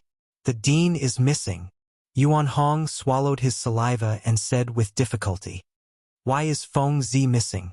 Yu Shernan put down the book in his hand and walked quickly to Yuan Hong. He said with a serious face, "Hurry up and explain the matter clearly." He treated Feng Zi as his disciple. Now, this disciple was missing? How could he not be anxious? The student went to look for the dean just now. However, after waiting for 4 hours, I didn't see the dean. At first, I thought that the dean was out, so I waited for a while. However, the more I waited, the more I felt that something was wrong. I realized that the dean didn't even touch his food. Chapter 1871. Yuan Hong had a troubled look on his face. Halfway through his sentence, he realized that Yu Shernan was already preparing to leave. He hurriedly chased after him. "Sir, wait for me." Immediately informed Xueji, Chu Suiliang, Ouyang Xiu, and the other old men to come over. After Yu Shernan finished his sentence, he rushed straight to Zhang Feng's residence. His speed was not any slower than an ordinary person's. This shocked Yuan Hong. Didn't they say that these teachers were all old? Why were they still so fast? It seemed that the dean's magic was great. A single message was enough to make the teachers run like they were flying. Yuan Hong did not care about the many thoughts in his mind. He turned around and ran to the other classrooms. Although Yu Shernan was already old and his stamina was not as good as a young person's, when he heard that Feng Zi had gone missing, he was extremely anxious. He strode toward his residence. Fortunately, there were no stones on the road. Otherwise, he would have been thrown off his feet. After rushing all the way, he finally arrived at Zhang Feng's residence. He pushed open the door and rushed in. When he went in, there was indeed no one. There was still some food on the table, but no one had touched it. That kid really went missing. Yu Shernan frowned. His face was a little pale. Where can he go? After saying that, he seemed to have thought of something and hurriedly walked out of the door. Just as he stepped out, he saw Chu Suiliang and the others walking toward him. "Brothers, you're finally here." Yu Shernan quickly stepped forward and said impatiently, "Feng Zi is missing." Chu Suiliang had his hands behind his back. When he saw that it was Yu Shernan, he immediately stopped and frowned. "We already know the news. The most important thing now is to find Feng Zi." After saying that, he turned his head and glanced at Xueji and the others behind him. "That's right. Feng Zi's disappearance is a big matter. We need to treat it seriously." Xueji stroked his sparse beard and frowned. "However, with us old men, I'm afraid we don't have enough manpower. In Old Man's opinion, we should borrow the strength of all the students in the academy to search together." Right. Yu Shernan nodded repeatedly. Then, he looked at Yuan Hong and said hurriedly, "Yuan Hong, immediately mobilize all the students to search for Feng Zi's whereabouts. Remember, don't let go of the entire Shao Mountain." Yuan Hong nodded and turned to run towards the classroom. Xueji still felt that it was not safe enough. He waved his hand and added, "Remember to look for it in the Forging Workshop and Research Institute."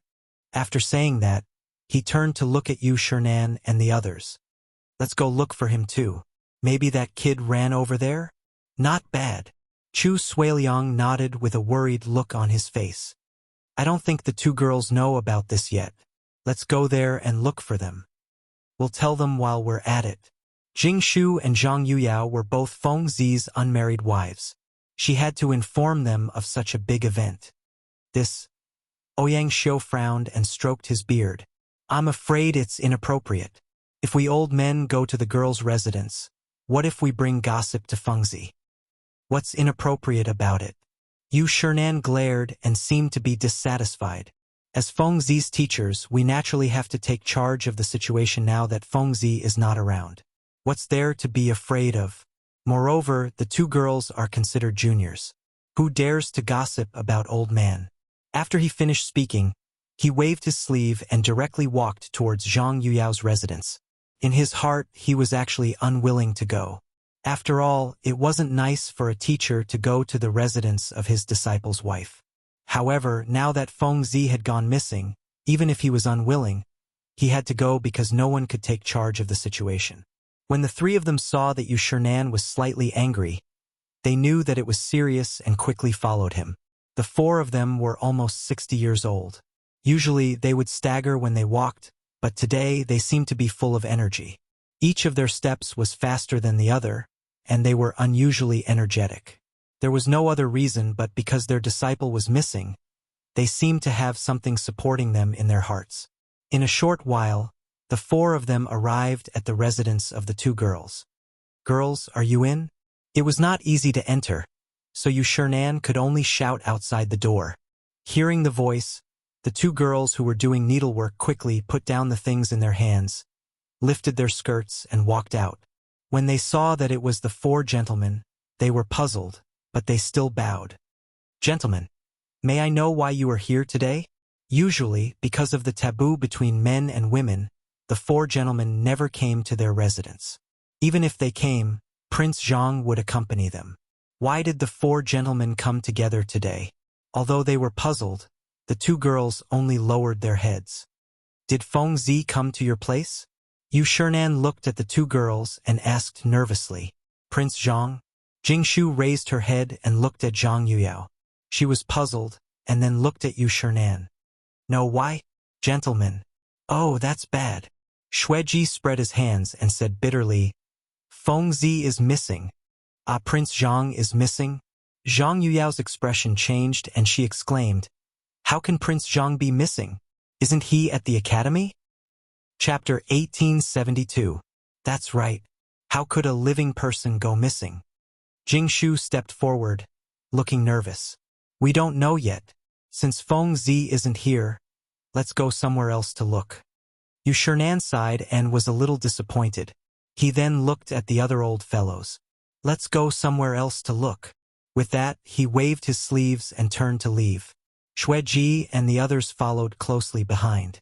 Only two lonely girls were left. "Sister Jingshu, what should we do now?" Zhang Yuyao grabbed Jingshu and stomped her feet anxiously. She treated Prince Zhang as her husband. Now that her husband was missing, she was the most anxious. Don't worry, let me think." Jingshu patted Zhang Yuyao's shoulder and lowered her head to think. After a while, she looked up and said, "We two weak girls can't do anything now. Why don't we go and look?" Okay.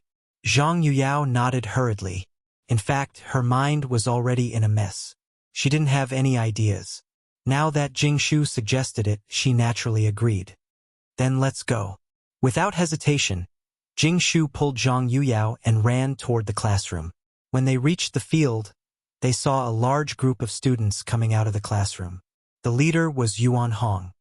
"Yuan Hong, how is it? Do you know where Prince Zhang is?" Jingshu stopped Yuan Hong and asked anxiously. "So it's Miss Jingshu." Yuan Hong stopped and wiped the sweat on his forehead. He said, "We don't know where the dean is yet. I'm gonna look for him. I'll talk to you later." With that, he ran forward and waved to the students behind him. "You guys go to the workshop. You guys go to the research institute. You guys go to the cafeteria. The rest of you go up the mountain. We must find the dean." As soon as he finished speaking, everyone split up into groups of 3 and 5 and ran in different directions. The news of the dean's disappearance swept through the entire academy like a hurricane. Everyone began to move out with only one goal, and that was to find the dean. For a moment, the whole Shao Mountain was filled with students of the academy. Everyone kept searching on the mountain, as if they had forgotten the time. The winter weather seemed to pass very quickly, and soon the sun was setting in the west. They had no choice but to hold up their torches and search every corner of the mountain carefully. However, No matter how hard the students searched, it was as if the dean had evaporated into thin air. There was no trace of him at all. Even the cafeteria, the chicken coop, and other places that they could think of were searched. However, they still couldn't find the dean's figure. This made everyone extremely anxious. Yu Shernan and the others even planned to meet the emperor and ask for help from the imperial court. They knew that Li Erlang would not ignore Feng Zi's disappearance. At the same time, on the hot air balloon, gusts of cold wind blew, causing Zhang Feng and the others to curl up together due to the cold. "Where are we?" Zhang Feng pulled out the blanket and looked at Tang beside him. Cheng Chumo snorted softly and slowly opened his half-closed eyes. He glanced down. However, he couldn't see anything in the boundless dark night. He only saw some light and could only reply faintly, "I don't know where we are." With that, he wrapped the spy around him again. It seemed that he was quite cold. Zhang Feng wasn't used to his bad habit. He pulled the spy back and glanced down. "Why does this light look like fire?" With that, he frowned and felt that something was wrong. This was Shang's state. There weren't even any soldiers here. How could there be fire? Could it be the Turks? Yes, it must be the Turks. Only the Turks had such a habit. He sat up abruptly and rubbed his eyes. It was indeed fire, and there was more than one fire. "Tainyo, Bing Worm, get up quickly." Zhang Feng pushed the three of them, looking anxious. "What's wrong?"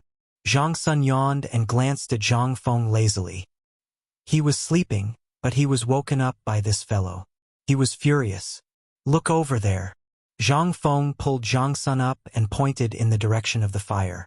"That should be the main camp of the Turks." "The main camp of the Turks?" Cheng Chumo grabbed the metal wire and looked in the direction of the fire. Indeed, there were quite a few fires. It was nighttime, and based on the habits of the Turks, they would light a campfire near their main camp. The main reason was to prevent the ambush of wild beasts, and another reason was to provide warmth. Seeing so many campfires below, it must be the main camp of the Turks. That meant that he was moving toward the main camp of the Turks? What if a hot air balloon landed in the main camp? Wouldn't he become a captive of the Turks? Thinking of this, he shuddered. "Fengzi, hurry up and think of a way to return. This is the main camp of the Turks. We'll die if we go there." Cheng Chumo grabbed Zhang Feng's shoulders and pleaded. Zhang Sun and Du Go seemed to have understood the severity of the matter. They turned to Zhang Feng and pleaded, "Fengzi, hurry up and think of a way. My family is counting on me to carry on the bloodline. I don't want to die here." Chapter 1873. Why are you all so cowardly? Zhang Feng swung Cheng Chumo's arm. "You were the one who said that you wanted to do something big with Lao Tzu? Why are you so cowardly now?" He thought that these fellows would have some guts, but he didn't expect them to wet their pants before they even reached the Turkic camp. "Fengzi, you can't say that," Du Go said with a sullen face. "You only said that you wanted to do something big, but you didn't say what it was. We didn't expect you to come to the Turkic camp." "That's right, Fengzi. Didn't you say that you wanted to do something big? Let's go back to Chang'an." Zhang Sun Chong pulled Zhang Feng and tried to change the topic. After saying that, he glanced at Cheng Chumo and signaled him with his eyes. Cheng Chumo immediately understood and pulled Zhang Feng back. "Fengzi, let's go. Let's go back to Chang'an. Even if you want to blow up the imperial city, I'll go with you." "Wait!" Zhang Feng waved his hands and pushed their arms away. He sneered. "The big thing I said just now is to blow up the Turkic camp." As soon as he finished speaking, the three of them were stunned.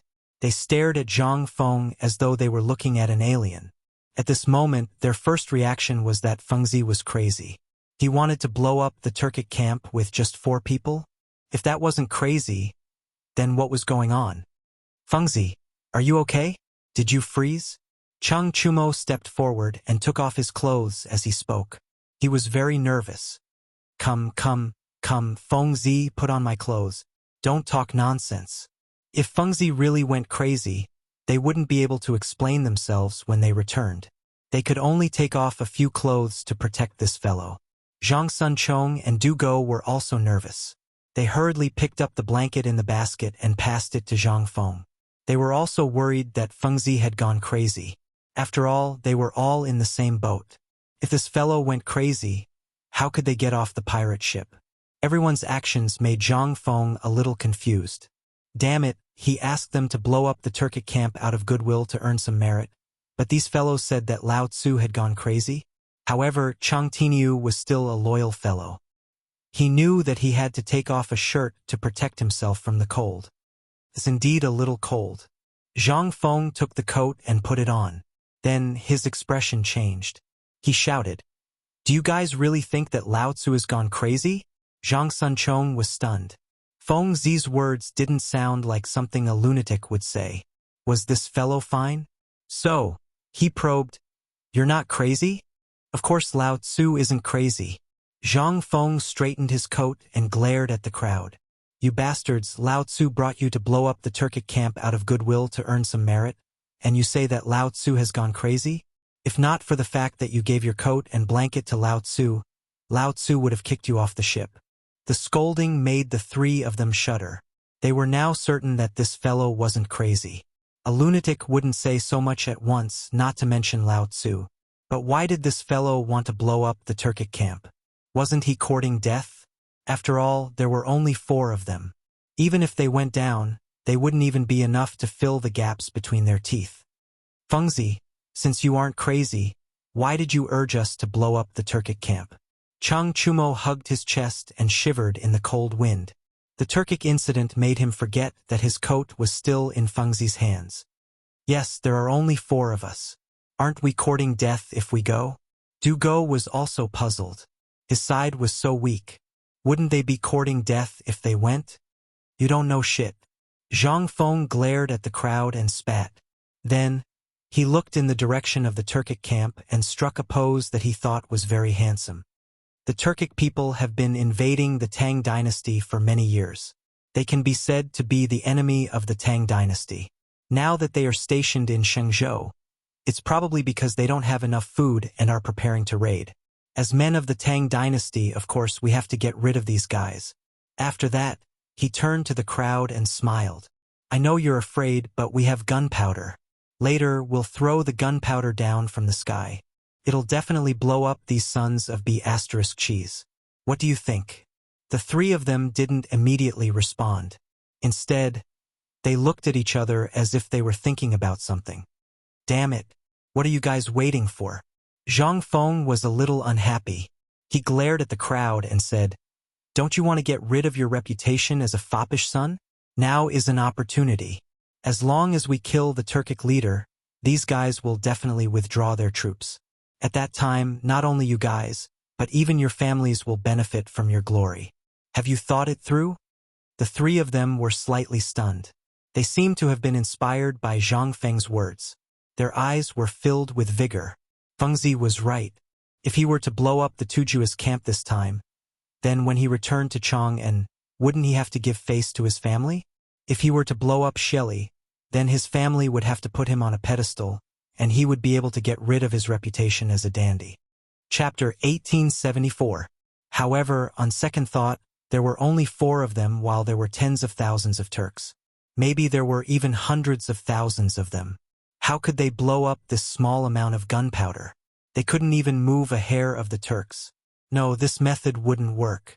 The 3 of them looked at each other and talked for a while as if they had reached some kind of agreement. "Wait. Let us think about it first," Chang Chumo said casually. After that, he waved his hand and pulled Zhang Sunchong and Du Go to one side. "Come here." This was a big matter. He wanted to discuss it with these 2 guys. "Humph, you still need to discuss such a small matter." Zhang Feng looked disdainful and turned to look at the Turk camp. At first, he didn't want to blow up the Turk camp in Shenzhou. However, the hot air balloon kept floating in the direction of Shenzhou. Moreover, Chang Tiniu even took out the gunpowder. This terrible idea slowly emerged. The Turks were the enemies of the Tang dynasty. Even if they didn't blow up today, these guys would still come south after a while. Therefore, it was better to take action before they came to plunder. After a while, the 3 guys finally finished their discussion. They came to Zhang Feng and said, "Fengzi, We've decided to do it. In fact, they didn't want to do it, but they found a very serious problem. They had boarded a pirate ship and couldn't get off. Yes, this was a hot air balloon. They couldn't land now unless they jumped down. It was better to fight than to fall into the hands of the Turks. That's my good brother. Zhang Feng chuckled and patted the three on their shoulders. Come, take out the gunpowder. Let's get ready. Chang Chumo smiled bitterly. Who was your good brother? Was this how good brothers should be? However, he naturally didn't dare to say these words. He looked in the direction of Chang and found that he suddenly missed old Chang. His father was still the best. He usually taught him to march and fight at home.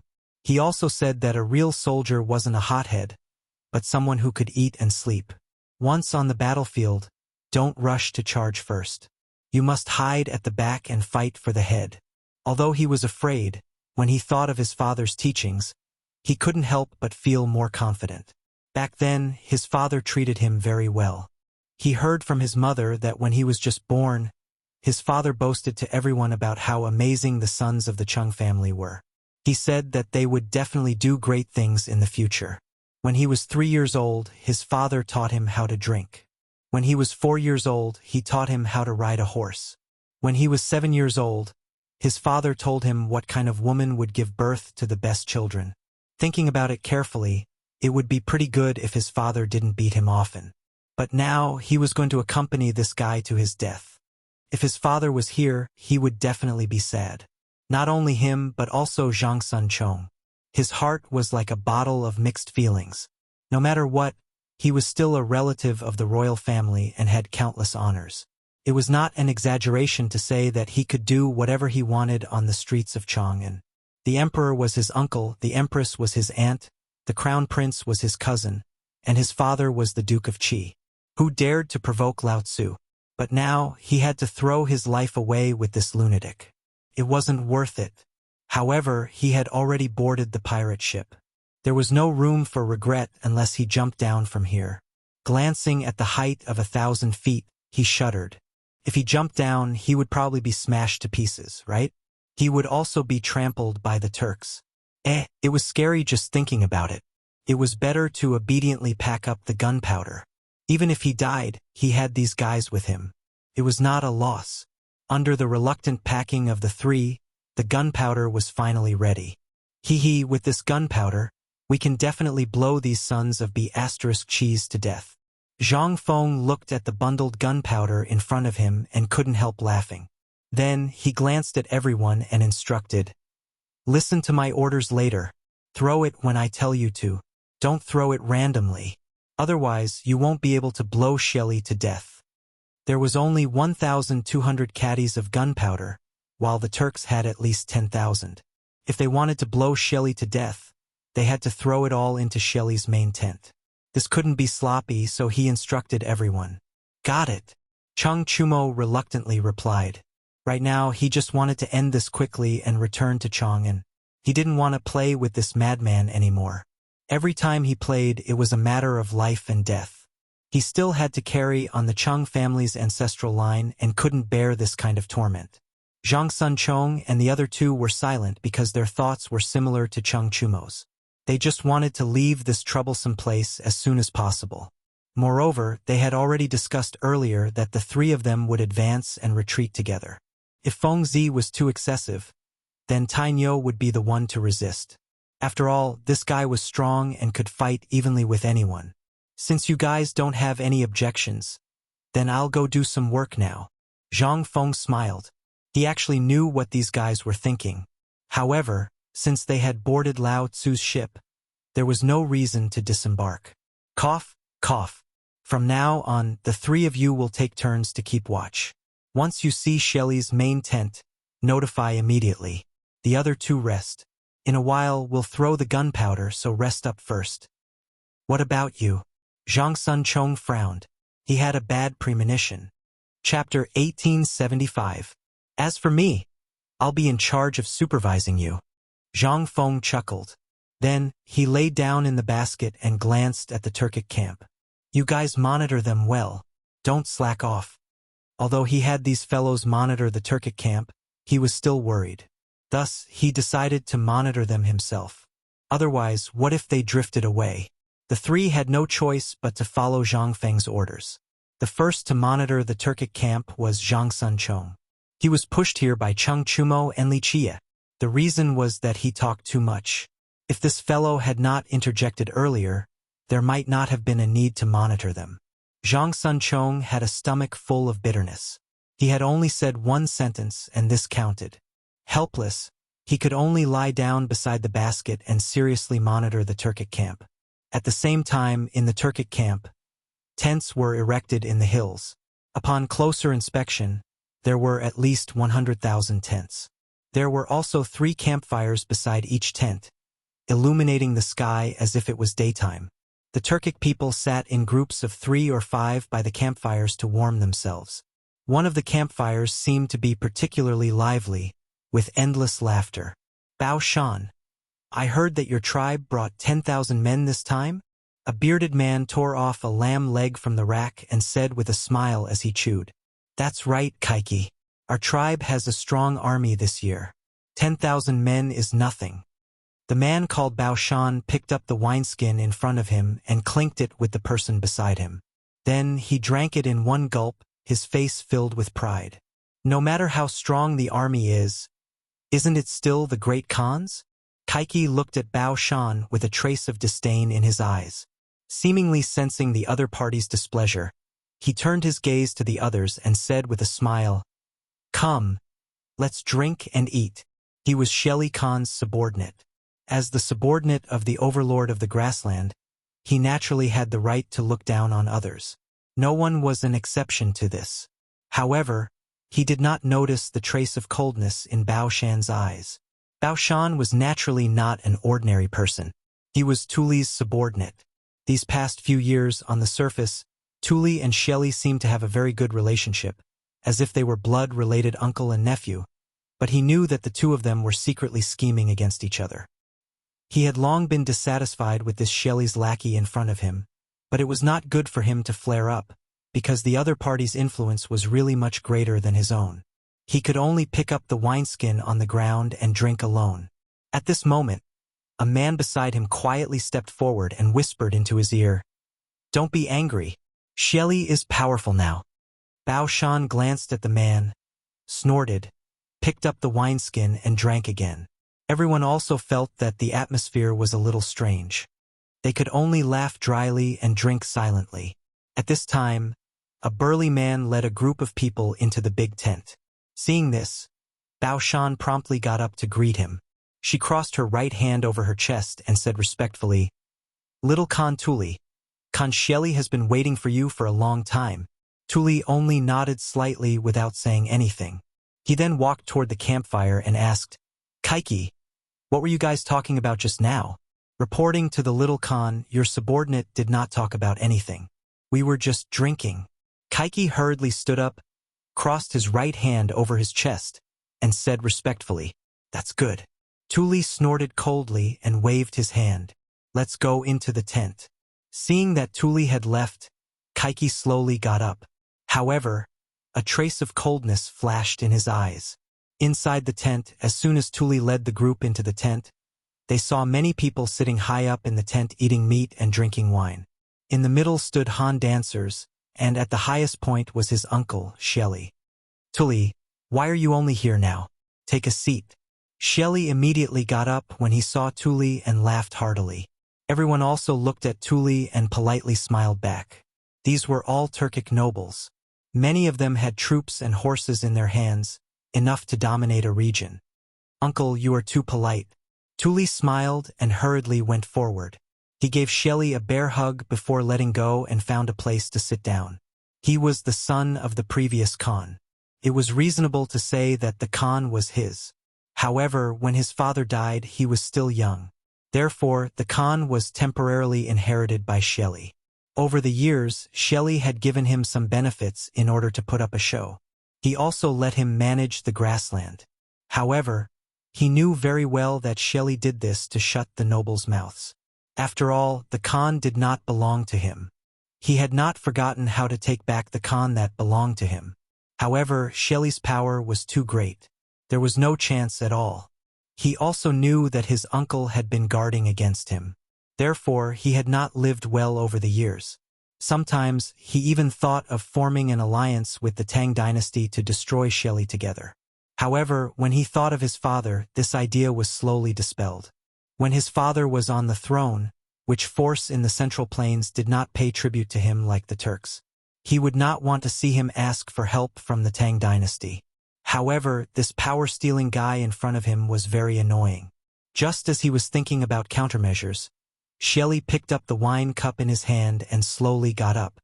"Everyone, I have gathered everyone here. I don't need to say more. You all know what I mean. That is, how to attack the Tang dynasty." Chapter 1876. Winter was approaching. There was not much food stored in the grassland, only some cattle and sheep. However, it was not a solution to keep killing cattle and sheep. What about next year? The only way was to rob and plunder. This was also a tradition of the Turks since ancient times. As long as winter came, they must go south to plunder. The leaders of the various tribes also deeply understood this principle, which was why everyone had gathered together. "Khan, what's there to discuss? Just fight." A man with chest hair stood up. He walked to the middle and hugged a Han woman. He rubbed her body and laughed. "Look, the women of the Tang dynasty are so soft and tender. Bring them back to warm the bed." "Ha ha ha, Go-To is right. Women like this are waiting for us in the Tang dynasty. We can't miss it." Another burly man walked out. He held a wine glass in his left hand and a dancer in his right hand. He had a lewd smile on his face. His laughter seemed to be infectious. For a moment, the whole tent laughed. Only two people seemed to be uninterested in what everyone was talking about. They just looked at everything in front of them silently. "Tully, what do you think?"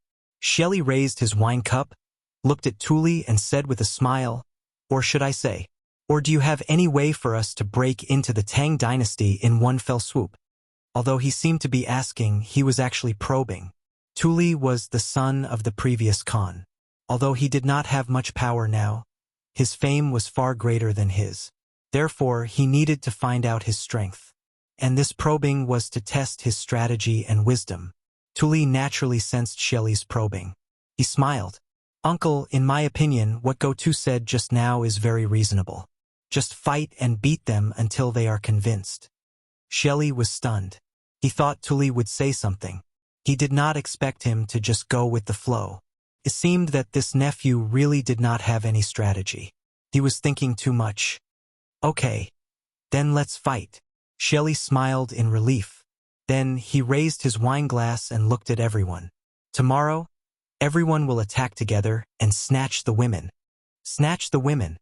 Snatch the women. Snatch the women." Everyone raised their wine glasses. Everyone was excited. His voice traveled all the way to the outside of the tent and didn't dissipate for a long time.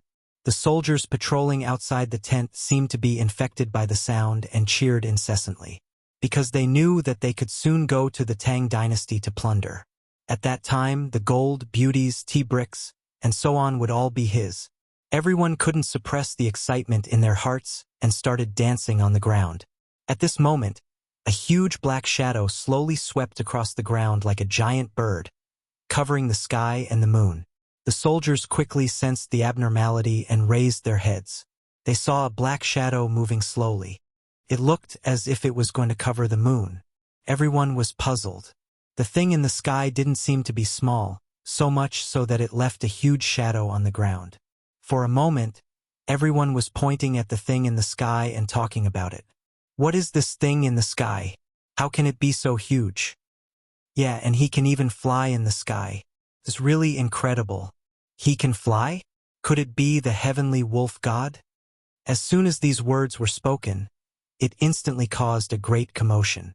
Everyone's discussion became louder, and even their emotions were stirred up. They kept circling around the tent. Because the Turks had always claimed that they were the descendants of wolves, they called the wolves the heavenly wolf god and believed that the heavenly wolf god was omnipotent. Now that they saw this miracle that they had never seen before, they naturally attributed everything to the heavenly wolf god. Of course, there was a story behind all this. The Turks were originally a branch of the Xiongnu, but they were later destroyed by a neighboring country. At that time, there was a 10-year-old boy. The soldiers saw that he was too young and couldn't bear to kill him, so they chopped off his legs and threw him into the grass. Later, the child was saved by a female wolf. When he grew up, he mated with the wolf. When the king of the neighboring country heard that the child had grown up, he was afraid that there would be trouble in the future, so he sent people to kill him. The people who killed the child saw that there was a wolf beside him and wanted to kill it as well. The wolf escaped and fled to a cave in the north of Gaochang. In that cave, the wolf gave birth to 10 little boys. They gradually grew up, formed their own families, and reproduced. One of them lived in the area of Altai Mountain. Altai Mountain was shaped like a helmet during battle. The locals called them the Turks, so they took the name of the Turks. There was another story. The Turks were originally in the north of the Xiongnu. The leader of the tribe had 17 brothers. One of them was called Iji Nishitu, who was born of a wolf. Nishitu married 2 wives, and one wife gave birth to 4 boys. The eldest son was called Nadu Lu, who was later promoted to the leader of the tribe and named the Turks. Nadu Lu had 10 wives. After Nadu Lu's death, the 10 wives brought their sons to the tree and agreed that all the children would jump toward the tree. Whoever jumped the highest would be the leader. Ashi, who was born of Nadu Lu's concubine, was young and agile. He jumped higher than all the other children and was promoted to the leader. This story also showed that the Turks were passed down by wolves. Chapter 1877. That was why the Turks valued the heavenly wolf god so much. Soon, the soldiers' discussion alarmed the nobles in the tent, and they sent their subordinates out to inquire. "What's the commotion outside?" A bearded man opened the tent flap and stroked the scimitar at his waist, glaring angrily at the crowd. "Don't you know that the Khan is discussing something important? Are you tired of living?" The flickering light shone on the man's face, making him look sinister and terrifying. The crowd wasn't in the mood to care about that. They all pointed to the sky and looked at the man. "General Yashin, look at what's in the sky. Everyone is saying that the heavenly wolf god is here. Take a look." "Heavenly wolf god?" Yashin frowned. He was also a Turk and also believed in the heavenly wolf god, but he had never seen it before. Now, the heavenly wolf god had actually appeared. He couldn't hold back his curiosity and glanced at the sky. With just one glance, he felt like his world was about to collapse. Something was flying in the sky, and it wasn't small either. Could it really be the heavenly wolf god? Yes, it had to be the heavenly wolf god. Only the heavenly wolf god had such magical powers. He could no longer suppress the joy in his heart and scrambled into the tent. Because he was too excited, he almost stumbled. Fortunately, he steadied himself in time and hurriedly prostrated himself on the ground, shouting, "Great Khan Sheli, the heavenly wolf god has appeared outside." At this point, everyone's eyes suddenly widened. The tent was so silent that one could hear a pin drop. Only Yashin was still talking to himself. After a while, Sheli seemed to have sensed something. He slammed the table and stood up, looking at Yashin excitedly. What did you just say?" When he heard Yashin mention the heavenly wolf god, he thought that this guy was drunk and talking nonsense. But the more he heard, the more he felt that something was wrong. The heavenly wolf god had appeared. How the hell was that possible? As the ruler of the grassland, he had never seen the heavenly wolf god. How could a small general like you see the heavenly wolf god? Not only Shelley, but everyone else also sensed that something was wrong. They all stood up and looked at Yashin seriously. "What did you just say? Say it again?" "That's right. If you dare to blaspheme the heavenly wolf god, Lao Tzu will exterminate your entire clan." They were all nobles and overlords of the grassland. In their hearts, they had supreme reverence for the heavenly wolf god. They believed that everything they had was bestowed upon them by the heavenly wolf god, and that the heavenly wolf god was their ancestor. Even a person of his status had never seen his ancestor. How dare a small general like you talk nonsense here? At this moment, almost all of them thought that Yexian was either crazy or trying to blaspheme the heavenly wolf god.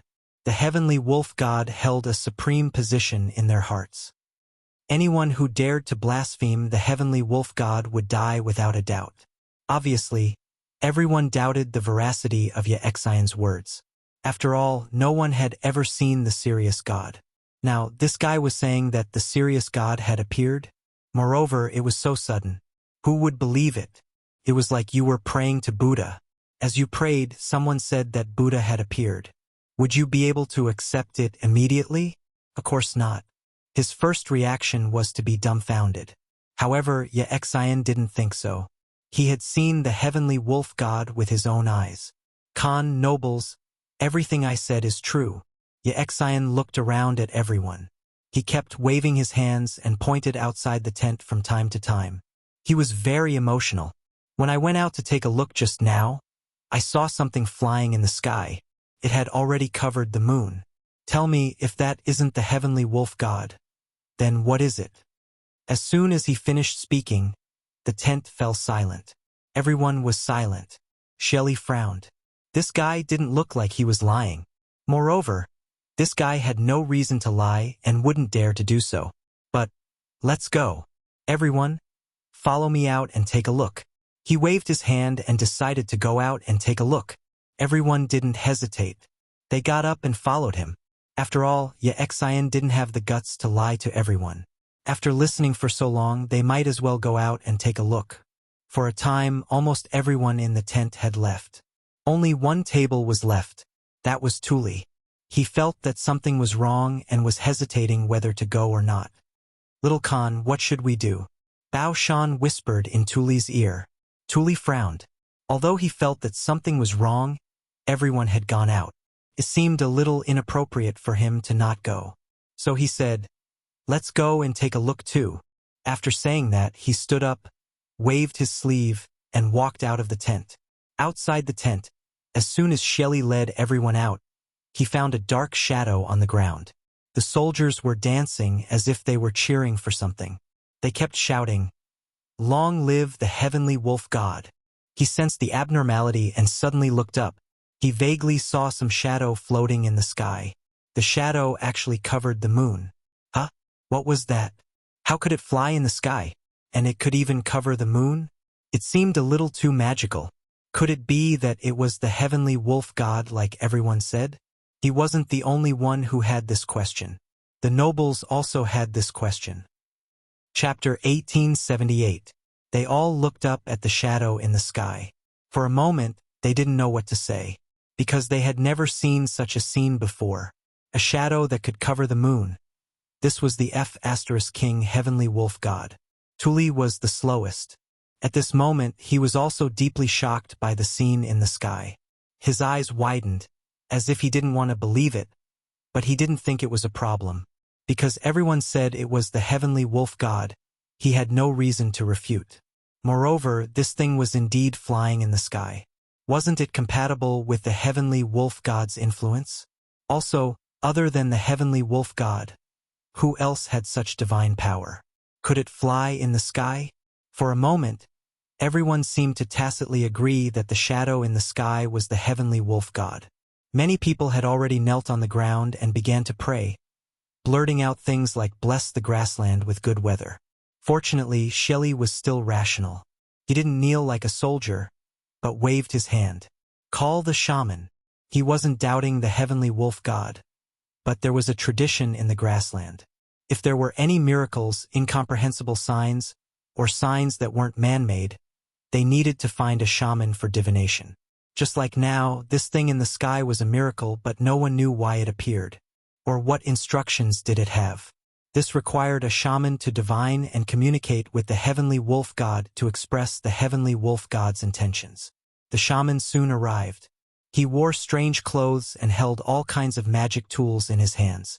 When he saw the shadow in the sky, he seemed to be wrong and stood still for a long time. After a moment, he seemed to remember something and hurried forward. Khan. He crossed his arms and bowed to Shelley. Quickly communicate with the heavenly wolf god. Shelley waved his hand and didn't care much. Instead, he looked at the sky with excitement. Yes. The shaman nodded and then waved his hand. Two people stood behind him. They were holding a skeleton, which looked like a wolf skeleton. It had been air-dried and was embedded with all kinds of gems. When the wolf skeleton was carried out, Everyone present seemed to have changed into another person. Facing the wolf skeleton, they crossed their arms across their chests. Even Shelley and Tuli were no exception. Tengri. Their faces were solemn as they cheered loudly. Tengri was the Turkic people's word for blessings. The general idea was that the god of heaven was protecting them. In this case, it was the heavenly wolf god protecting them. After praying for blessings, the wizard began to perform the ritual. He danced around the wolf bone, shaking his magic weapon and muttering, "Tengri, Tengri, please bless the people of the grassland to never go hungry. Tengri, please bless the invincible warriors of the grassland. Tengri, please bless the underground Khan ever victorious." Everyone looked at the magus, and for a moment, tears welled up in their eyes. At this moment, they seemed to be resonating with each other. Everyone began to dance with joy.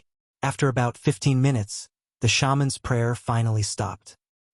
He crossed his right hand over his chest and looked at Shelley with a sincere face. "My most respected Khan Shelley, the Sky Wolf God told me that the grassland warriors will definitely win this war." Hearing this, Shelley could not help but tear up. His right hand crossed over his chest as he looked at the hot air balloon in the sky. He said emotionally, "Thank you, Heavenly Wolf God." How many years had it been? Back then, at the end of the Sui dynasty, the Turks were so powerful. Didn't those aristocratic brothers in the Central Plains scramble to give them big gifts? The Turks even dominated a region. What could they not get? Did they want to go there? However, with the establishment of the Tang dynasty, these guys became more and more arrogant. Were they not willing to pay tribute? In addition, the weather on the grassland was changeable. Once winter came, the herdsman could not survive at all. He did not pity the herdsman. It was just that the herdsman did not have cattle and sheep to graze. What could they eat? Therefore, he decided to go south and teach Li Shimin, this arrogant guy, a good lesson. He would rob all the treasures of the Tang dynasty, take all the women of the Tang dynasty to the grassland, and turn all the men of the Tang dynasty into slaves to graze for him. Only in this way could he vent the hatred in his heart. He was not the only one who had this idea. Basically, all the nobles present had the same idea. Each of them had troops and horses under their command, enough to dominate a region. It was just that Shelley had more troops and horses, and he had smoothly ascended the throne. Otherwise, they would have rebelled and established themselves as kings. However, there was no harm in following Shelley this time. At least they could go to the Tang dynasty and plunder. In this way, their troops could be replenished, and this damn winter could pass peacefully. The public's thoughts always went with the flow, but there were always others who had different thoughts. As the son of the previous Khan, Tuli had been eyeing Shelley's Khan position for a long time, because this position was originally his. It was only because he was young at that time that Shelley took it. Watching Shelley govern the grassland, he was unconvinced. However, he could only suppress this unwillingness in his heart and did not dare to say it out loud. Shelley's troops were the largest in the grassland. As long as he showed a trace of disobedience, this guy would kill him. Therefore, he had been very careful. Chapter 1879. Until now, the wizard actually said that Shelley would lead the grassland to win this war. This was undoubtedly a blow to him. It was not that he did not want the grassland to win, but that he did not want Shelley to win. Once Shelley won, this guy's reputation in the grassland would be higher, and the hope of his revival would be even slimmer. Thinking of this, Tuli felt as if a thorn had pierced his heart, and the pain was unbearable. He glanced at the cheering Shelley, and resentment grew in his heart. Shelley knew all this, but at this time he was not in the mood to care about this. Instead, he opened his arms and looked at the hot air balloon with a sincere face, trying to accept the blessing of the serious god. This was the wizard's method. As long as he looked at the serious god sincerely, the serious god would bring courage, force, wisdom, and blessings to this land. And he would lead countless grassland warriors to rush into the Tang dynasty and take away the wealth and women of the Tang dynasty. He would let this group of lowly Han people remember that the land under their feet was a gift from the serious god. Once the serious god was angry, the grassland warriors would raise their butcher's knife again and use the blood of all the people of the Tang dynasty to worship the serious god. At the same time, on the hot air balloon, Zhang Feng patted Chang Chumo, who was half asleep, and said angrily, "Wake up! We have arrived at the Turks' camp." He did not even blink just now, for fear of missing the Turks' camp, but Chang Tiniu could fall asleep as soon as he lay down. He really did not know if he was a pig in his previous life. "Fengzi, why did you disturb me again?" Chang Chumo slowly opened his eyes and rubbed them. Then, as if he had realized something, his face changed as if he had been frightened. "Fengzi, what did you just say? We have arrived at the Turks' camp? Where? Where?" As he spoke, he suddenly got up and leaned against the basket. He looked down and only saw a dense crowd. "Oh my God! So many people? What? Are you scared?" Zhang Feng crossed his arms and sneered. "If you are scared, I will throw you down now. Then it will be fine." "How could that be?" Chang Chumo hurriedly turned his head to look at Zhang Feng, revealing a fawning smile, as if he was afraid that the other party would really throw him down. Seeing that the other party did not speak, he said, "Fengzi, what do we do now?" In truth, he was very afraid, but now that he was in the Turkic camp, there was no point in being afraid. Even if he jumped down, he wouldn't have an intact corpse. Besides, the Turks shouldn't be able to do anything to him while he was in the sky, right? Thinking of this, he didn't know where his courage came from, but it was as if he wasn't afraid anymore. Zhang Feng saw that this guy had finally regained some of his manliness, so he didn't pursue the matter any further. He turned to Zhang Sun, Chong, and Du Go. "You guys should be fine as well, right?" Then, without waiting for the two to answer, he said, "Since there are no problems, let's begin the preparations." Zhang Sun was furious with Du Go. Originally, the two of them wanted to say that they were scared and let Iron Bull throw them. In the end, this guy didn't even give him a chance to speak. They could only curse in their hearts that Feng Zi's son wouldn't have any eyes in the future. Cursing was one thing, but work still had to be done. The two of them reluctantly began to prepare the gunpowder. Seeing that Zhang Feng didn't call him, Chang Chumo leaned on the basket and enjoyed the scenery. However, good things didn't last long. Zhang Feng shouted again, "Chang Tiniu, do you want to die? Do you think that you won't work if Lao Tzu doesn't call you? Hurry up and prepare." Hearing this, Chang Chumo hurriedly covered his head and scurried away. He worked with Zhang Sun, Chong, and the others to prepare the gunpowder. At this time, Zhang Feng's anger finally subsided. He looked at the crowd and said, "Wait a moment. When I give the order, throw the gunpowder. Don't be confused." After saying that, he walked to the basket and observed the situation again.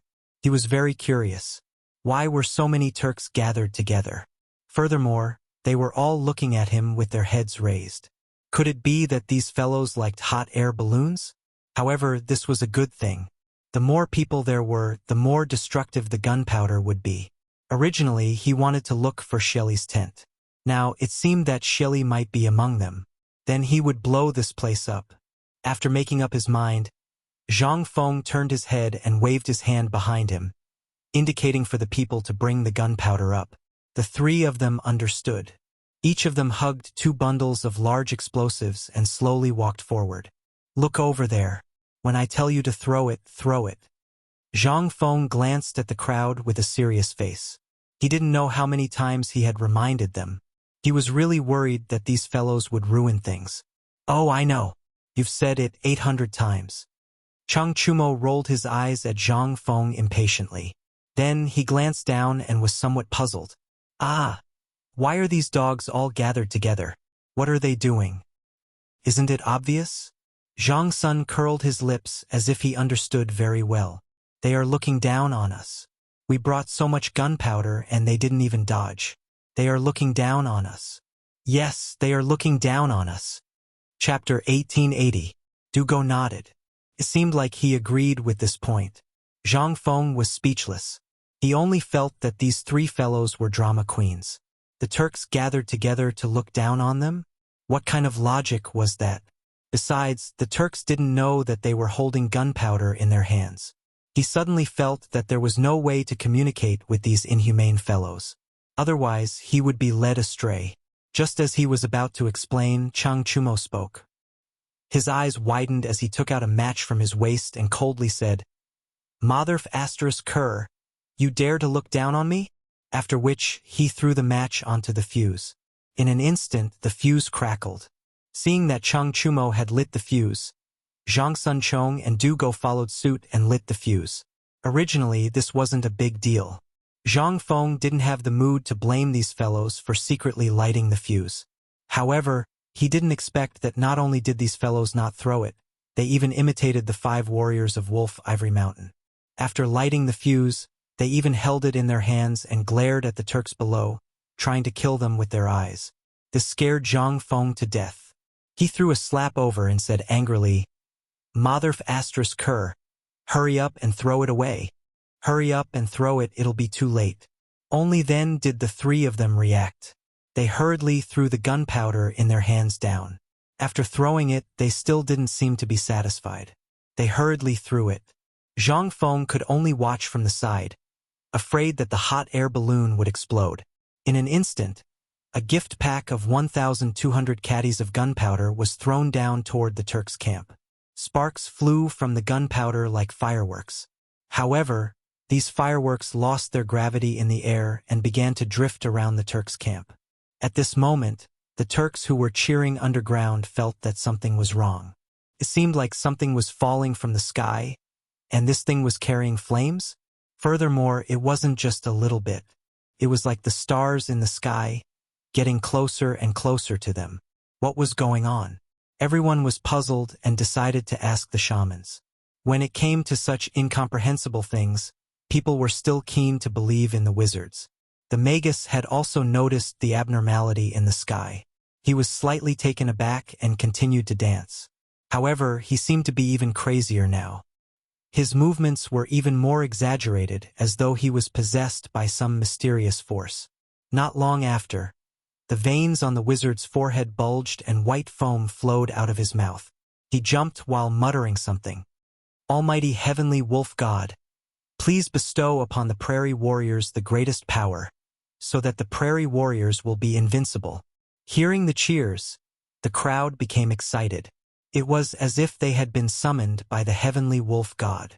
The blood in their bodies burned as they scrambled to cheer, "Heavenly Wolf God." Following a series of cheers, the things in the sky finally fell down. One of the fuses used to bind the gunpowder seemed to have burned out at the moment it fell to the ground. The ground that was originally illuminated by the fire suddenly flashed with a glaring white light. Rumble. The entire night sky was illuminated by the explosion of gunpowder. A huge explosion rang out, covering all other sounds. The one closest to the gunpowder was the magus. He was blown to smithereens on the spot. His head was separated from his body. Minced flesh began to roll in the sky and could be seen everywhere on the ground. Many soldiers were in the same situation. Minced flesh was scattered all over the ground. After the explosion, it was as if the entire world had quieted down. Immediately after, waves of air swept out in all directions. Wood shavings, minced flesh, and other things began to fly in the air. Kerosene leaked out and splashed on the surrounding tents. The campfire was ignited and the area within a radius of 10 feet was a sea of fire. Before Shelley could react, he felt a wave of air attack and pushed him far away. Even his ears were buzzing. At this moment, he was half lying on the torn tent. His face was full of spots from iron shavings. The armor on his body had already been torn into pieces. One of his hands was trembling as he stroked his chest. The other arm was long gone. A large amount of blood flowed out of the torn wound and dyed the ground red. He squinted his eyes. It was unknown if he was unwilling to open them or if he could not open them. He was howling in grief. His body was trembling non-stop. There was not a single piece of good flesh on his body. His body was covered in blood and there was also a lot of iron shavings. It was unknown whose blood it was. At this moment, it had already invaded his entire body. Not far away, a burning tent covered a burly man's body. This man was none other than Tuli. Just now, he was overthrown by the air wave. Coincidentally, the burning tent fell down, adding injuries to his injuries. He tried hard to stretch out his right arm but found that he could not exert any strength. However, the burning tent covered his body. Waves of burning sensation came. As if he had regained his strength, he clenched his teeth and finally tore off the burning tent. At this moment, Tuli's face was finally revealed. His face was full of iron shavings and wood shavings. Wherever the iron shavings touched, there was not one that was not full of holes. Some were even bleeding. He raised his trembling right arm and stroked his left arm because he felt unbearable pain. Chapter 1881. Sure enough, the skin and flesh on his left arm were gone. A large piece of white bone was exposed as if it had been gnawed by something. He vaguely remembered that he did not have anything to defend himself against the powerful blast of air just now, so he subconsciously raised his left arm. That was what he got in return. The pain was unbearable. He subconsciously touched his side and a piece of cloth appeared in his hand. He clenched his teeth and pulled with his right arm, but the cloth did not move at all. He had no choice but to use more strength. Although he was injured, the grassland men had always been brave. This problem did not stop him. The cloth was slowly pulled apart, and an ear-piercing sound was heard. If it was under normal circumstances, he might have found it pleasant to hear. After all, he had once pulled the clothes of a Han woman like this. But now he felt that it was ear-piercing. The cloth was finally pulled apart. He tried hard to open his burned eyes, trying to find his injured left arm. However, all he saw was a gray sky. Around him were minced meat, corpses, wood chips, fire, and so on. The smell of death flowed into his body through the tip of his nose. The unpleasant smell made him cough twice. However, these two coughs caused him to cough up blood and foam. He could not care less. He turned his head and bit the cloth. His right arm was twisted back and forth. Waves of pain came and he kept howling. Finally, after twisting for a long time, he was done. He clenched his teeth and tried to sit up with his right hand on the ground. However, waves of pain came from his abdomen, making him feel as if he was being torn apart. In the end, he gave up. He could only lie down and glance at the surroundings. With just one glance, he saw death, blood, and sacrifice. The whole camp was razed to the ground. Fire, burning tents, and minced meat were everywhere. He felt a little nauseous. However, there was nothing in his stomach. He could not vomit, so he could only dry heave. Waves of wailing came from not far away. It sounded like the screams of ghosts from hell, but also like the cries of people who were about to die. The whole Shang prefecture was shrouded in panic. At this moment, the neighs of war horses came. Tuli turned his head and glanced in the direction of the sound. He saw a group of people rushing over. They were the people of various Turkic tribes. Khan, little Khan. The people who came kept shouting. It was as if Tuli heard his savior. With great difficulty, he raised his right arm to signal for help. Those sharp-eyed men and horses quickly realized what was going on. They hastily stepped forward to support Tuli. Little Khan, how are you? The one who spoke was a big man with a full beard. Tuli had an impression of this man. He was his subordinate. Although he was his subordinate, he could not say anything at all. He could only point into the distance. The place he was pointing at was the grassland. This big man was quite smart. He immediately understood Tuli's intention and said, "Little Khan, do you mean to return to the prairie immediately?" Tuli still didn't say anything. Instead, he nodded slightly in response. The burly man nodded in response. Then, he glanced at the crowd and shouted, "Get a group of people to make a stretcher and escort Little Khan back to the grasslands. The rest of you follow me to find Khan." After saying that, he carefully placed Tuli on the ground. After giving him a meaningful glance, he turned around and left. However, from beginning to end, Tuli's arm did not lower, as if he still had something to say, but that big man had already disappeared. A moment later, that big man found Shelly in the same way.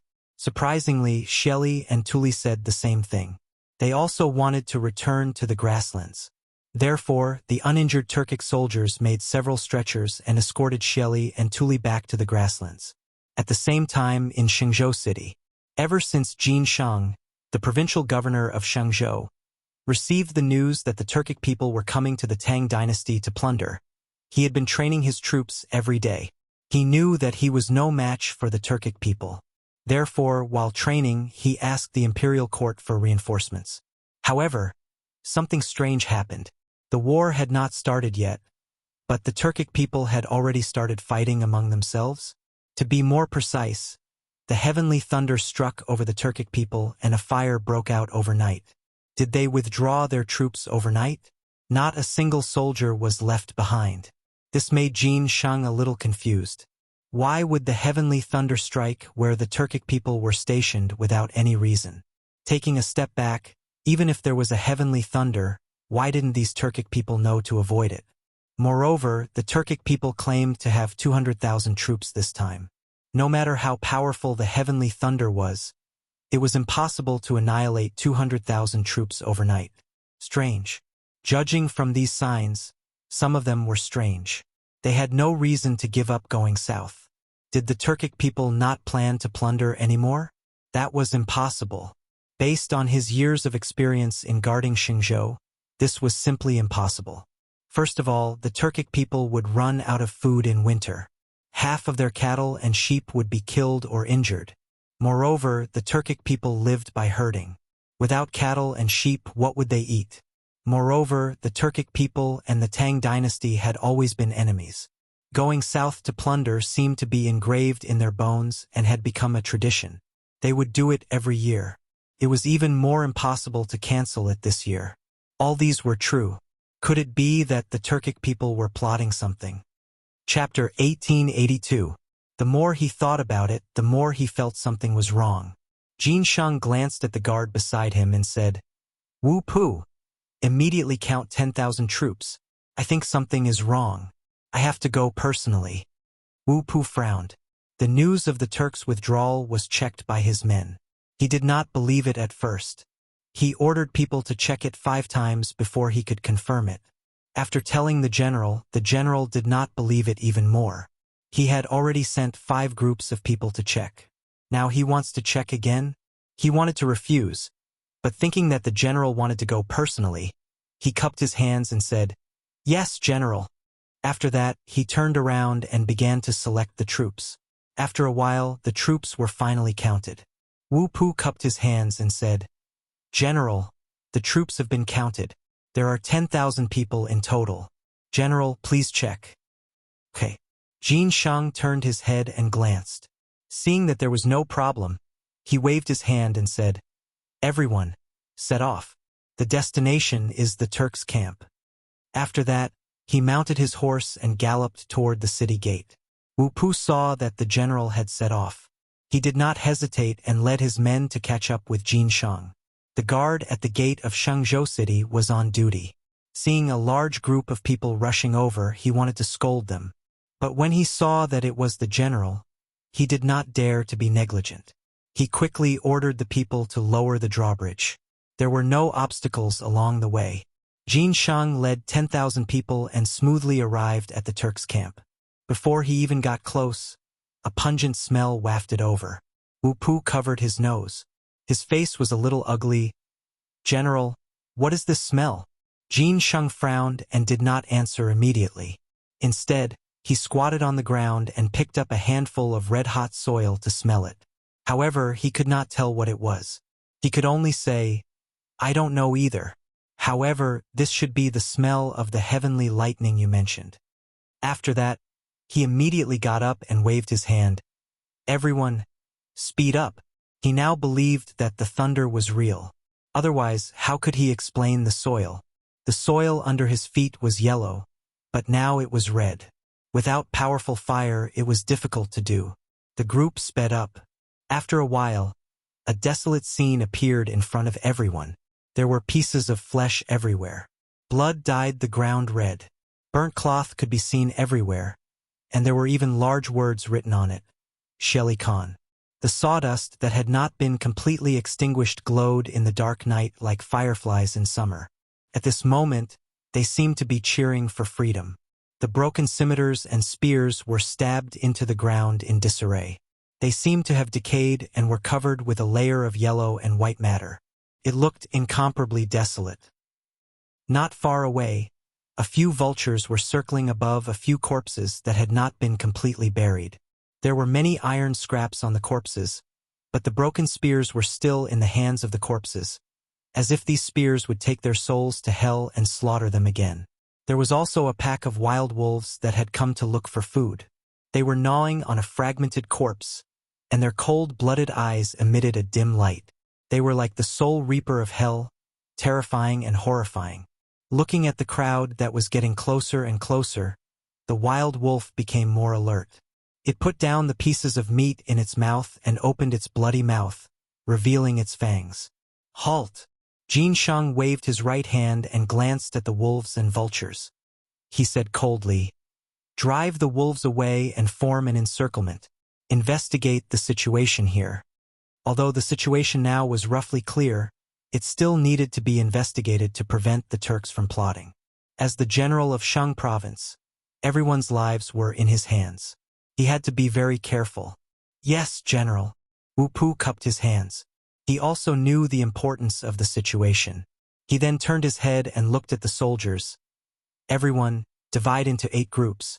Clear the east, west, north, south, southeast, southwest, northeast, and northwest respectively. Except for the living, clear everything else out of the encirclement." Everyone accepted the order and quickly dispersed. The quality of the soldiers of Shang province was very good, or it could be said that Jin Shang's tie was very good. In a short moment, they cleared the wild wolves, vultures, and other things and formed an encirclement. In addition, they also gathered all the intact corpses together. They did not dare to deal with them privately, so they could only wait for the general's order. "General, all the corpses have been sorted out. There are about 5,000 people." Wu Pu cupped his hands and lowered his head. He said hesitantly, "I also found traces of the Turks escaping. Should we chase?" And Jin Sheng frowned. His first reaction was to chase and catch all of them in one net. But thinking about it, since the Turks had already escaped, they must have returned to the grassland. He only brought 10,000 people with him. How could he chase? Wouldn't he be courting death if he went up? So he said, "Forget it. Don't chase a cornered enemy. Let's look at the corpses first." After that, he no longer paid attention to Wu Pu and observed the fragmented corpses alone. Cold wind blew. The smell of cooked corpses and the stench of corpses drifted with the wind. He actually had a desolate feeling. Chapter 1883. Now he really believed that the heavenly thunder had descended. If there was no heavenly thunder, how could these corpses be covered in iron shavings? Moreover, there was not a single piece of intact flesh on their bodies. Basically, all of them were burned. Without powerful firepower, there was no way to do this.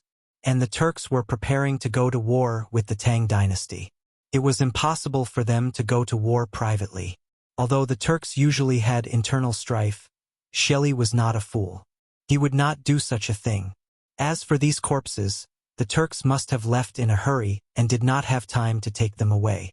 After confirming his thoughts, he glanced at Wu Pu in front of him. "Burn these scattered corpses." Since the Turks had left, there was no use keeping these corpses. Burn them on the spot to prevent future trouble. Otherwise, once they rotted, it would be another plague. Wu Pu obviously understood this. He cupped his hands and said, "Yes, General." Then he arranged for people to pile the corpses together and found some unburned cloth to wrap them up. With the light of a firework, a huge fire suddenly rose, directly reflecting half of the sky. A gust of cold wind blew. The stench of corpses mixed with wood shavings and the smell of decay floated above the station. It was very pungent. As Jin Sheng watched the feast, his heart was filled with mixed emotions. He was happy that the Turks did not invade. He also had an account to give to the imperial court. At least Shangzhou was defended. But he was worried about how to write the memorial. Could he write that the Turks were attacked by a heavenly thunder, completely wiped out, and the rest fled back to the grassland? Who would believe such words? Not to mention the emperor, even the officials of the imperial court would not believe it. It was not easy to win the battle, but it became difficult for him to submit the memorial. It was ridiculous. Just as he was immersed in how to deal with the imperial court's question, Wu Pu's voice came from not far away. "General, we found a living person." Hearing this, Jin Shang was shocked as if he had found a savior. There? Where is the person? If there was a living person, then there was a witness. Think about it. If he reported the situation here, what if no one believed him? Then this witness could play a role. Once the matter was explained, he would be the first meritorious person. Thinking of this, he was naturally overjoyed. With a large stride, he arrived in front of Wu Pu and grabbed his shoulders. "Where is he?" Wu Pu seemed to be in pain, smiling bitterly. "General, why don't you let me go first?" Jin Shang finally reacted. He smiled awkwardly and let go of his hand. "Tell me, where is he?" "They've just been discovered. They're still buried in the sand." Wu Pu rolled up his sleeves and waved his hand with a serious expression. "I will bring the general over." With that, Wu Pu turned around and walked away, followed by Jin Shang. 2 steps later, a mound of dirt appeared before their eyes. Atop this mound of dirt was a human head. This person's face was covered in metal shavings, and blood was trickling from the corner of his mouth. Even so, one could tell from this person's facial features that this person was a Turkic. This was because the Turks were very different from the people of the Tang dynasty. The former had a high nose bridge and large bones, while the latter had a flat nose bridge, thin bones, and smaller bodies. Since it was confirmed that this person was a Turkic, Jin Shang did not dare to hesitate for fear that this guy would die. He hurriedly said, "Quickly dig this person out." After that, he seemed to feel that something was wrong, so he added, "Don't kill him. Later, we'll need to get information from him." Now, this guy was the only surviving Turkic, which was of great significance to him. Not only could he be a witness, but more importantly, he could get some information about the Turks from him. Of course, this was all after he was rescued. However, the soldiers didn't think so. They glared coldly at the Turk, wishing they could skin him alive right now. One must know that the Turkic and the Tang dynasty had always been mortal enemies. Almost every year, the Turkic would go south to pillage. As long as one was a person of the Tang dynasty, who would not hate these beasts to the bone? Not to mention these soldiers. Some of their fathers were killed by the Turkic, some of their sons were killed by the Turkic, and even more tragically, their entire families were killed by the Turkic. It was because of these reasons that they joined the army. Now, they were actually asked to save a Turkic? How was this possible? Everyone was a little unconvinced. Soon, someone stood up and said, "General, you can ask me to kill the Turkic, but it's impossible to save him." "That's right. These beasts killed my father. I can't wait to kill him now." More and more people began to shout. They raised their right arms high, and their eyes were bloodshot. Jin Shang had already expected such a situation. Who here did not have a deep grudge against the Turks? However, personal hatred was greater than national hatred. Only by saving the Turkic could they better understand the situation. After thinking for a while, he said earnestly, "I know what everyone is thinking. It's nothing more than killing this Turkic to vent your hatred, right?" "Yes." Chapter 1884. Everyone answered in unison. Their voices seemed to be able to break the sky. But have you ever thought about it? What's the point of killing a Turk? Will the Turks not come after you kill him? Jin Shang glanced at everyone and said indifferently, "Right now, the most important thing for us is to figure out what happened. Also, we need to understand the Turks' way of life so that we can take revenge in the future. Right now, this Turk is our best tool. If you kill him, how are we going to get information?" Everyone was speechless. Some lowered their heads, some stared at the Turk, but no one spoke, because they all knew that what the general said made sense. Only by knowing yourself and your enemy could you win 100 battles. It was indeed inappropriate to kill this Turk rashly before they figured out the situation. Moreover, this Turk might have some important information. Once they got it, it would be beneficial to the Tang dynasty. Although they all understood the reason, they did not stand up because their hatred for the Turks had been deeply rooted in their bones. It was impossible for them to pull it out, let alone take the initiative to save a Turk. Jin Shang seemed to see through them and did not care about their rudeness. He just smiled and said, "Since everyone has no problem, let's start. It's fine as long as he doesn't die." He knew that they were unwilling to lower their heads. Since his subordinates were unwilling to lower their heads, he, as the general, naturally had to give them a way out. Moreover, his words were very vague. It was fine as long as he didn't die. The implication was that as long as he didn't die, they could do whatever they wanted. Everyone looked at each other. Obviously, they understood. They nodded and then began to dig the soil with their swords and knives. After digging for a while, the Turk's upper body was exposed. "Give him some water." Wu Pu glanced at the crowd with a serious face. Only then did the soldiers react. They picked up the water bag and poured it into the Turk. Maybe these guys wanted revenge, or maybe they really wanted to kill this Turk. Perhaps it was because the Turk had choked on the water or because he had regained his vitality. He slowly opened his eyes and scanned the crowd before him. Suddenly, he shuddered and began to mutter something under his breath. However, his voice was too soft, so it was hard to make out what he was saying. However, Jin Shang did not have time to care about this now. He hurriedly said, "Continue to dig. Use your hands." He was afraid that if he continued to use swords and knives, he would hurt this guy. What if he suddenly died? It was safer to use his hands. Everyone nodded, threw away the swords in their hands, and really started digging with their hands. However, as they dug, they were still cursing something. "Turk dog, don't die so quickly. Lao Tzu still wants your life. After he tells us what happened just now, Lao Tzu wants to pry open his head and see what's in his head." Cursing was cursing, but this was just a way to vent. Who wouldn't hate an enemy in front of them? Not to mention these hot-blooded soldiers. Their hands and feet never stopped moving. After all, if they wanted to kill him, they had to wait until he came out. After a while, the Turk's lower body was finally dug out. His left leg was long gone, and there was a piece of wood as thick as a forearm stuck in his right leg. It looked like a flagpole. Blood flowed down the wound and dyed the yellow ground red. It looked a bit horrifying.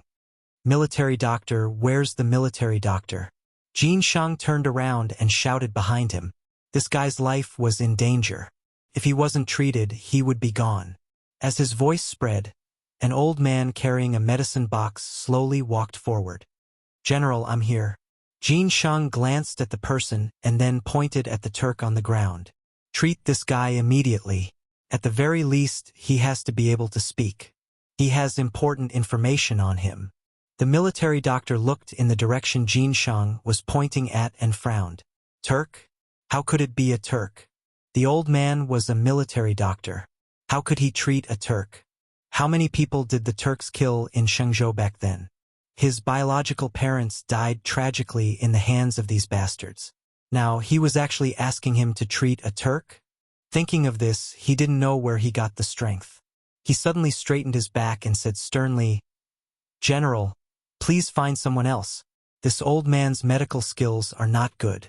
I'm afraid I can't treat this person." After that, he glanced at the Turk on the ground with an inexplicable disgust. In fact, his words were already very tactful. It was up to the general to understand. Jin Shang smiled. How could he not know that this old fox was making excuses? He still put on a serious look. "Dr. Wang, I know you have a deep hatred for the Turks. However, this Turk in front of us is very important to our army. He has very important information. As long as we treat him, we can know what happened just now. Maybe we can even know important information about the Turks. Think about it carefully." This? Physician Wang stroked his beard and shifted his gaze back to the Turk. Chapter 1885. In fact, he also knew a little about what happened just now. He heard that the heavenly thunder killed many Turks. However, he didn't see it with his own eyes, so he found it hard to believe. According to the general, the Turk in front of him seemed to be the only survivor after the disaster. If he cured this person, he might really get something about the heavenly thunder.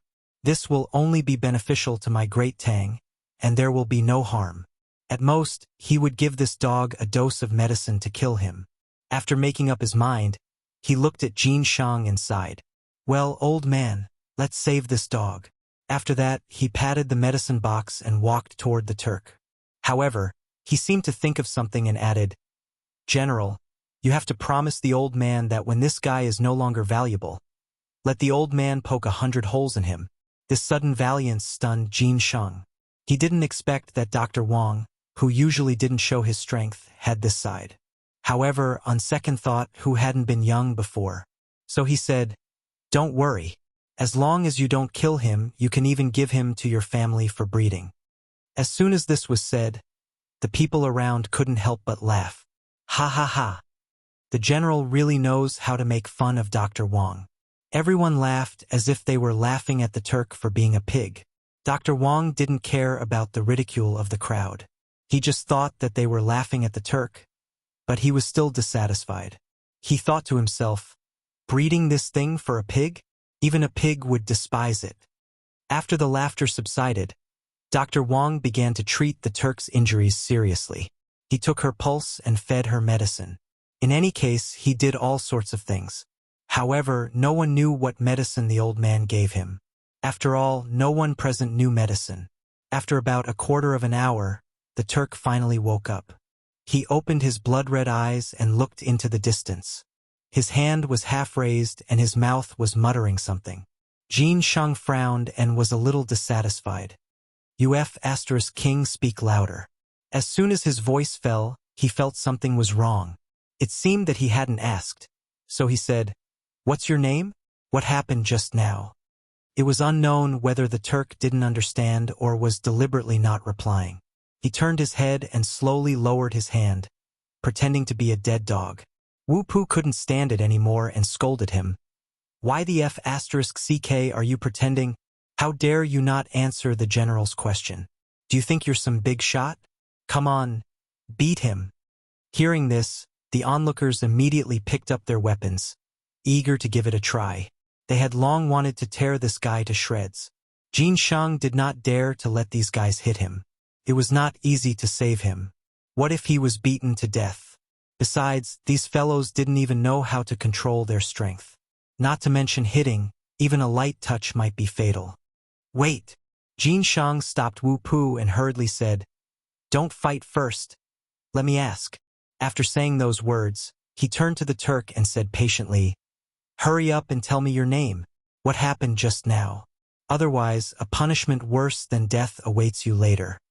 He dared to guarantee that as long as he said a word, as long as he didn't kill this Turk, they could do whatever they wanted with him. These subordinates definitely had 100 ways to make this guy suffer a fate worse than death. It was just a matter of whether this guy was willing to talk or not. However, this Turk seemed to be very stubborn. He glared at Jin Sheng but was unwilling to speak. Then there was no other way. Jin Sheng glanced at the crowd and said, "I'll leave the rest to you. My only request is that you don't kill him. It's fine as long as he can talk." As soon as he said those words, everyone cheered as if they had received a great reward. "Thank you, General.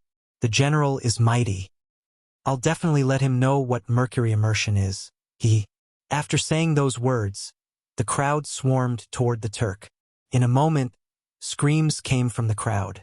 Listening carefully, there were not only the Turk but also many soldiers. Jin Sheng couldn't be bothered. After all, it was impossible for so many people to not be able to do anything to a Turk. The screams came from some fellow accidentally injuring his companions. Such situations happened often, so there was nothing strange about it. About half an hour later, the screams finally stopped. A shirtless man ran to Jin Sheng excitedly and said, "General, this dog is willing to talk." "Huh?" Jin Sheng looked at the shirtless man in front of him and was a little puzzled. What kind of method did he use? He was willing to talk in less than half an hour? Lao Tzu estimated that it would take half an hour. After all, this dog was quite stubborn. Forget it, he didn't want to think about it. He shook his head and said, "Let's go and take a look." After saying that, he waved his sleeves and walked toward the crowd. The soldiers were also very tactful. When they saw the general coming, they all made way. However, what the hell was with these guys all topless? Some of them were even naked. What was going on? Chapter 1886.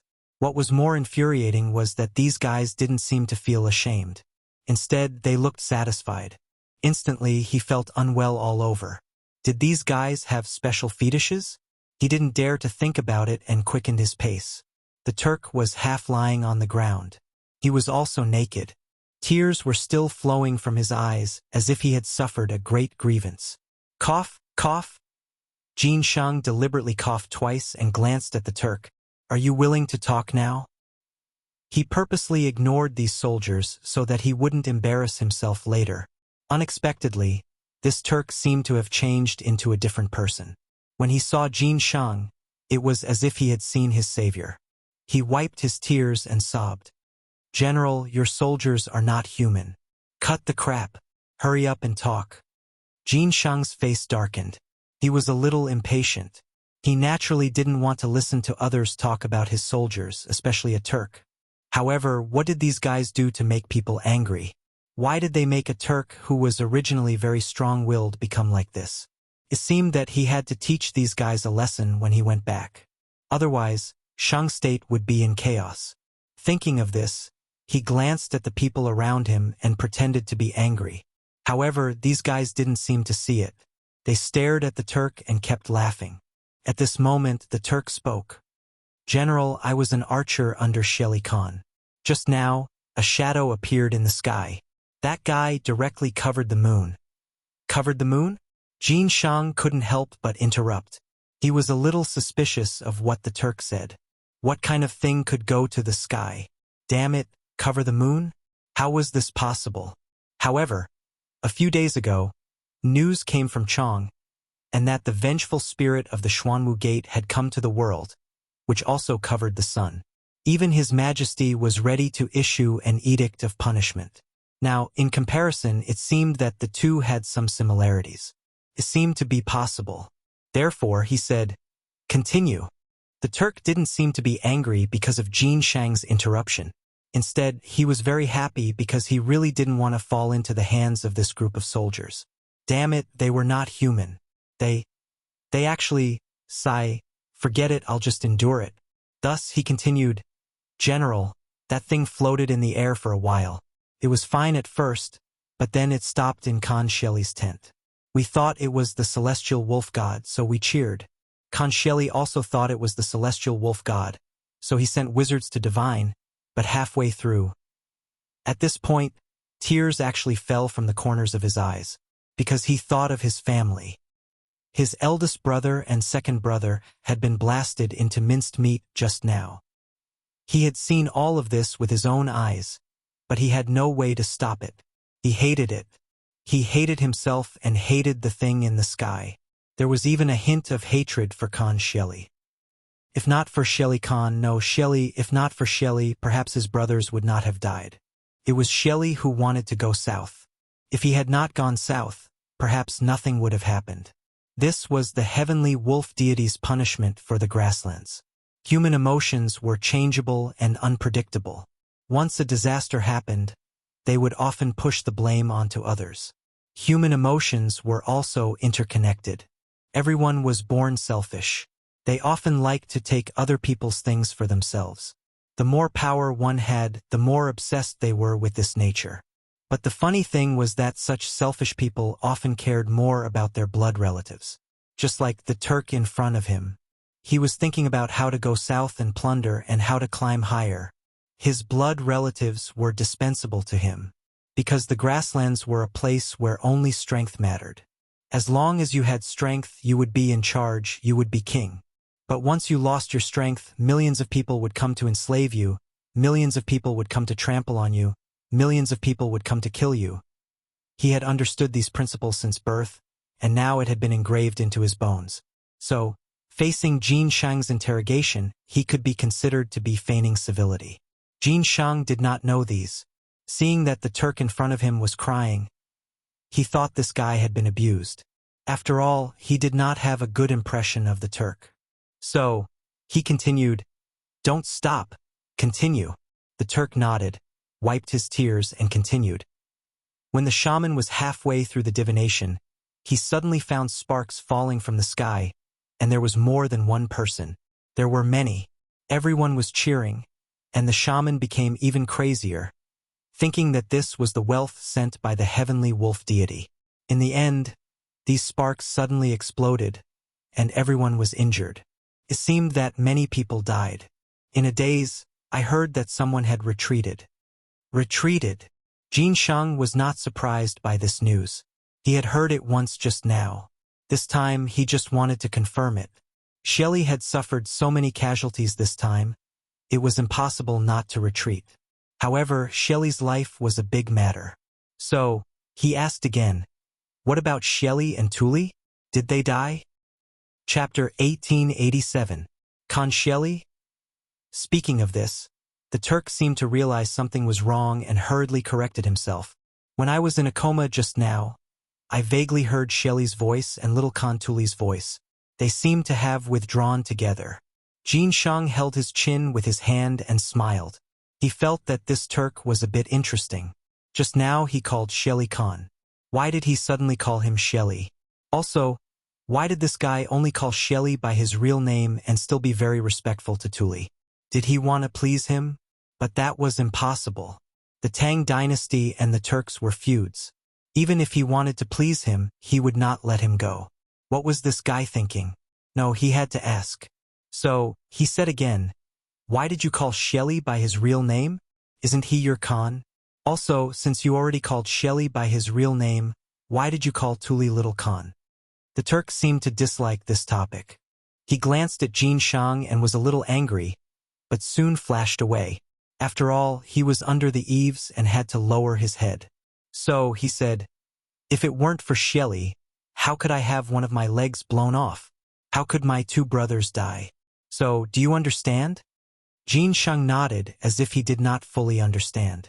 It seemed like this guy had placed all the blame for the heavenly thunder on Shelley, which could also be considered a good thing. Perhaps he could make use of it in the future.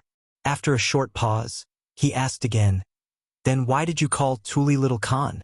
Little Khan Tuli is different from Shelley. The Turk raised his head, and a smug look flashed in his eyes. Little Khan Tuli is the son of the previous Khan, and he was originally the successor. It was only because he was too young that he was taken away by Shelley. If little Khan can lead the grassland, we will definitely fight our way into the Tang Empire.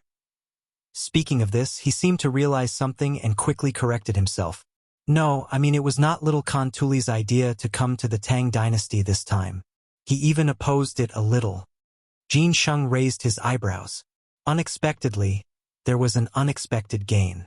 Tuli opposed to coming to the Tang dynasty to plunder. Could it be that this guy wanted to show goodwill to the Tang dynasty? Thinking of this, he quickly asked, why did Tuli oppose it? This? The Turk frowned, clearly thinking about something. After a while, he said, I don't know. He wasn't wrong. He really didn't know. As for why Tuli opposed the abduction of the Tang dynasty, the fundamental reason was that he did not want Shelley to grow bigger and bigger. Because Tuli was wholeheartedly thinking about how to succeed the Khan's position. If this time Shelley succeeded in the abduction, his prestige would be even greater. How could he still play around?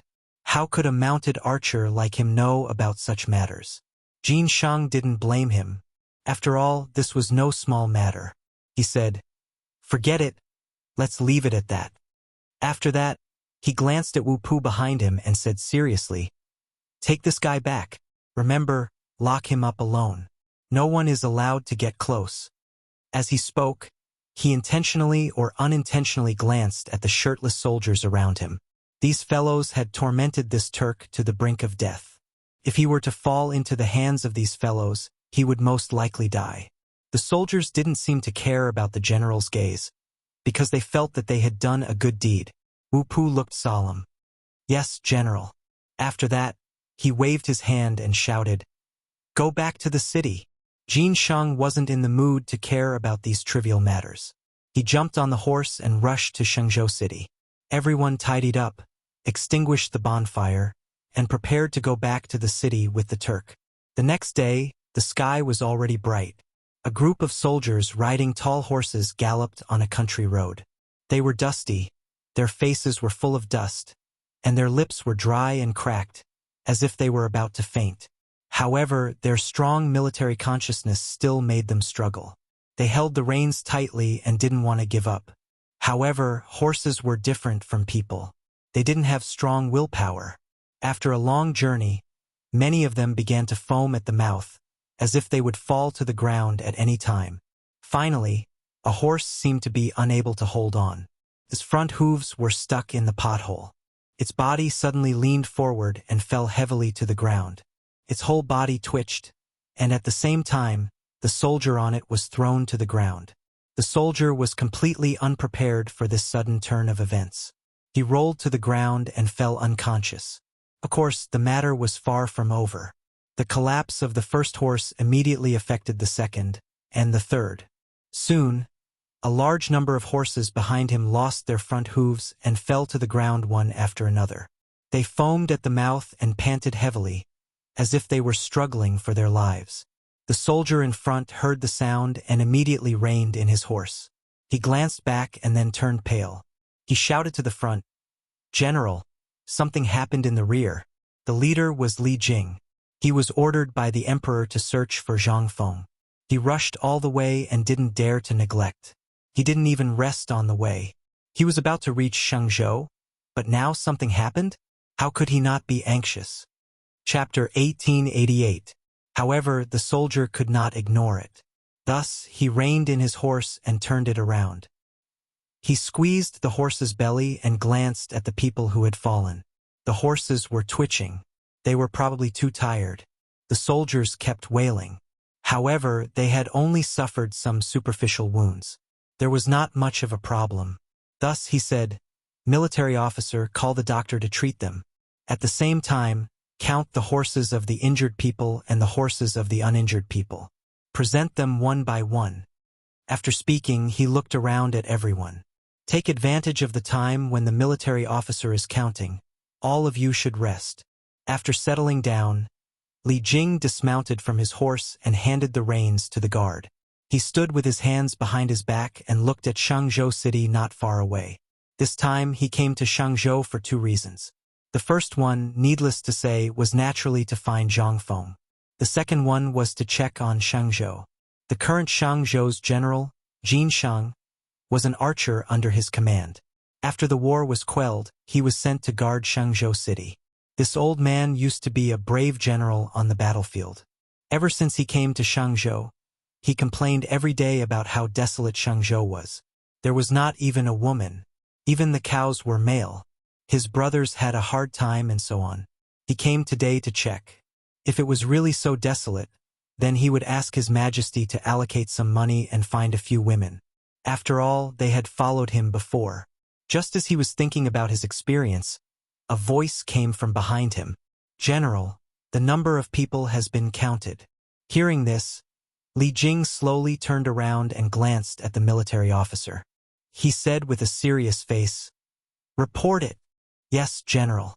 The military officer nodded and opened the report in his hand. As he read, he said, 50 horses are injured and can no longer walk. They need to be treated. 60 people are injured and temporarily cannot follow the army. The rest are not injured and can continue to march." Oh, Li Jing frowned.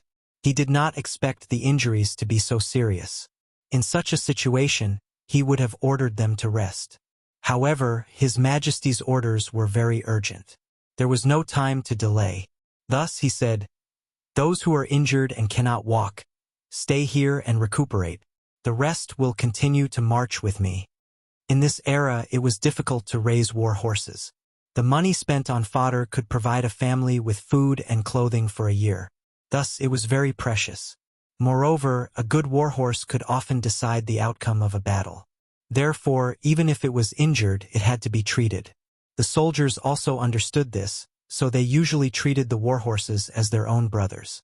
No one had any objections to the commander-in-chief's order. After leaving the doctor behind, everyone got on their horses again and rushed towards Shangzhou.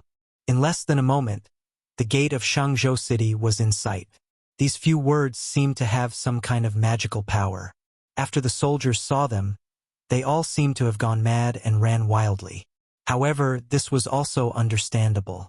After all, they had been traveling for a few days and hadn't eaten much. Now that they finally saw people, how could they not be excited? Li Jing did not stop him. He took the lead and ran ahead. Soon he arrived at the city gate. Huff! Li Jing reined in his horse and looked up at the city gate.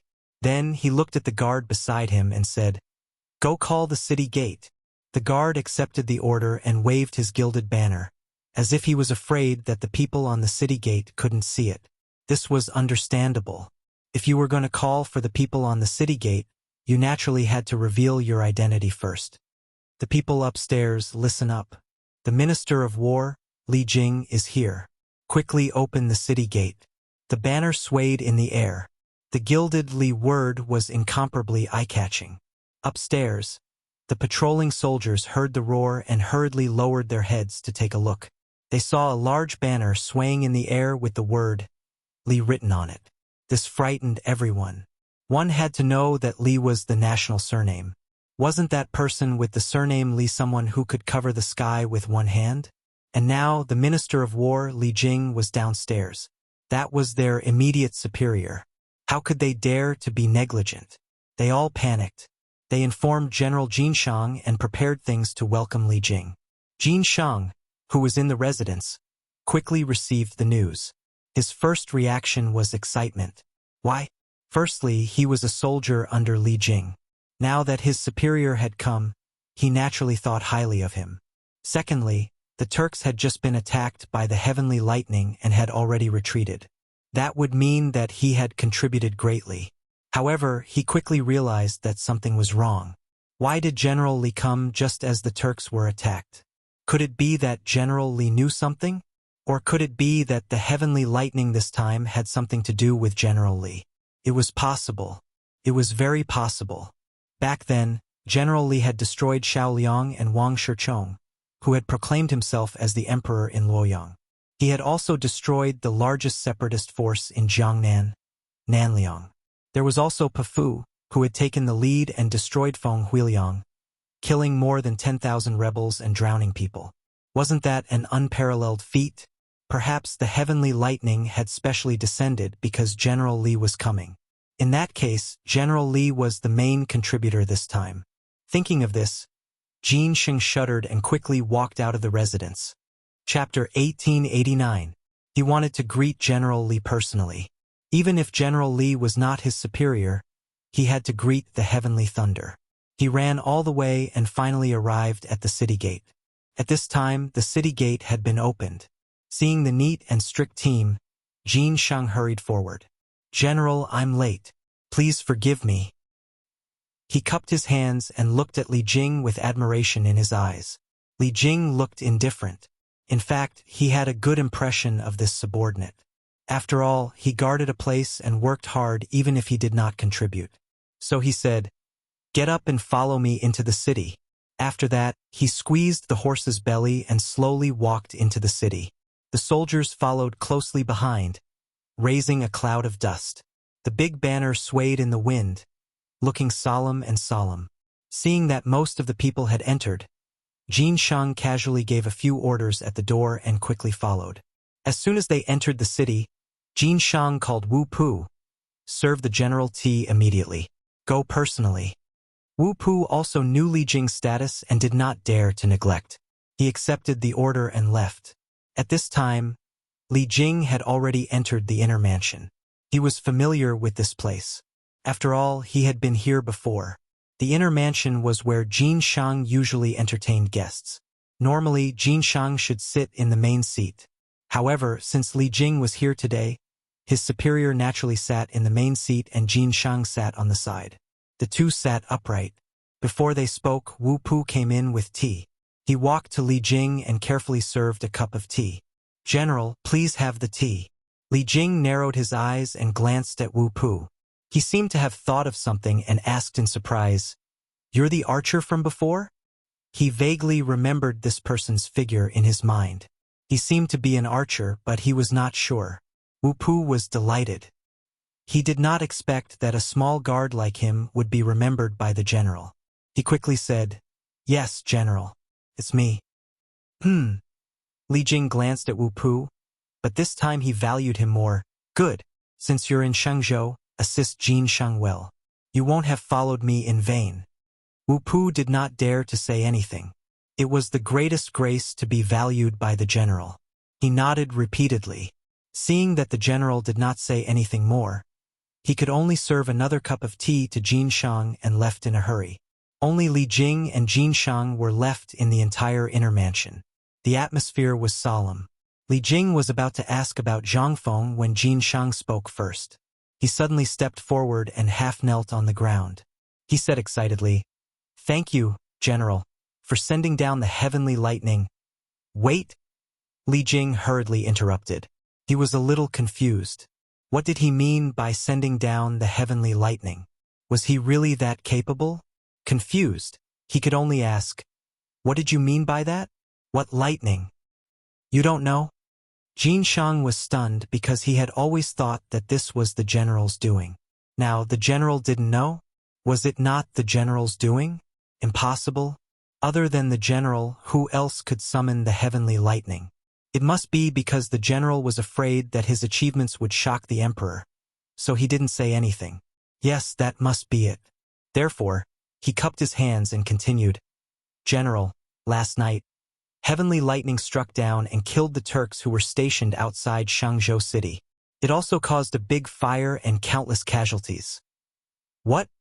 Li Jing's eyes widened as he slammed the table and stood up. "Oh my God! What kind of explosive news is this? Heavenly thunder descending? And even caused a huge fire? Countless Turks were killed? How could this be? How could such a thing happen?" He instantly felt that his brain was not enough. Frowning, he paced in the hall with his hands behind his back. If these were true, it would undoubtedly be a great thing for the Tang dynasty. But this matter was a little strange. Why would there be heavenly lightning? And it happened to fall in the Turks' camp? The more he thought about it, the more he felt that something was wrong. He stopped and stared at Jin Shang. "Tell me, are you deliberately trying to take credit? Are you trying to deceive Lao Tzu? What hasn't Lao Tzu seen before? What kind of heavenly lightning is there?" He hadn't cursed for many years. Since the founding of the Tang dynasty, he had been generous to others. Today, what this guy said was so unbelievable that he couldn't help but curse. However, this made Jin Shang suffer.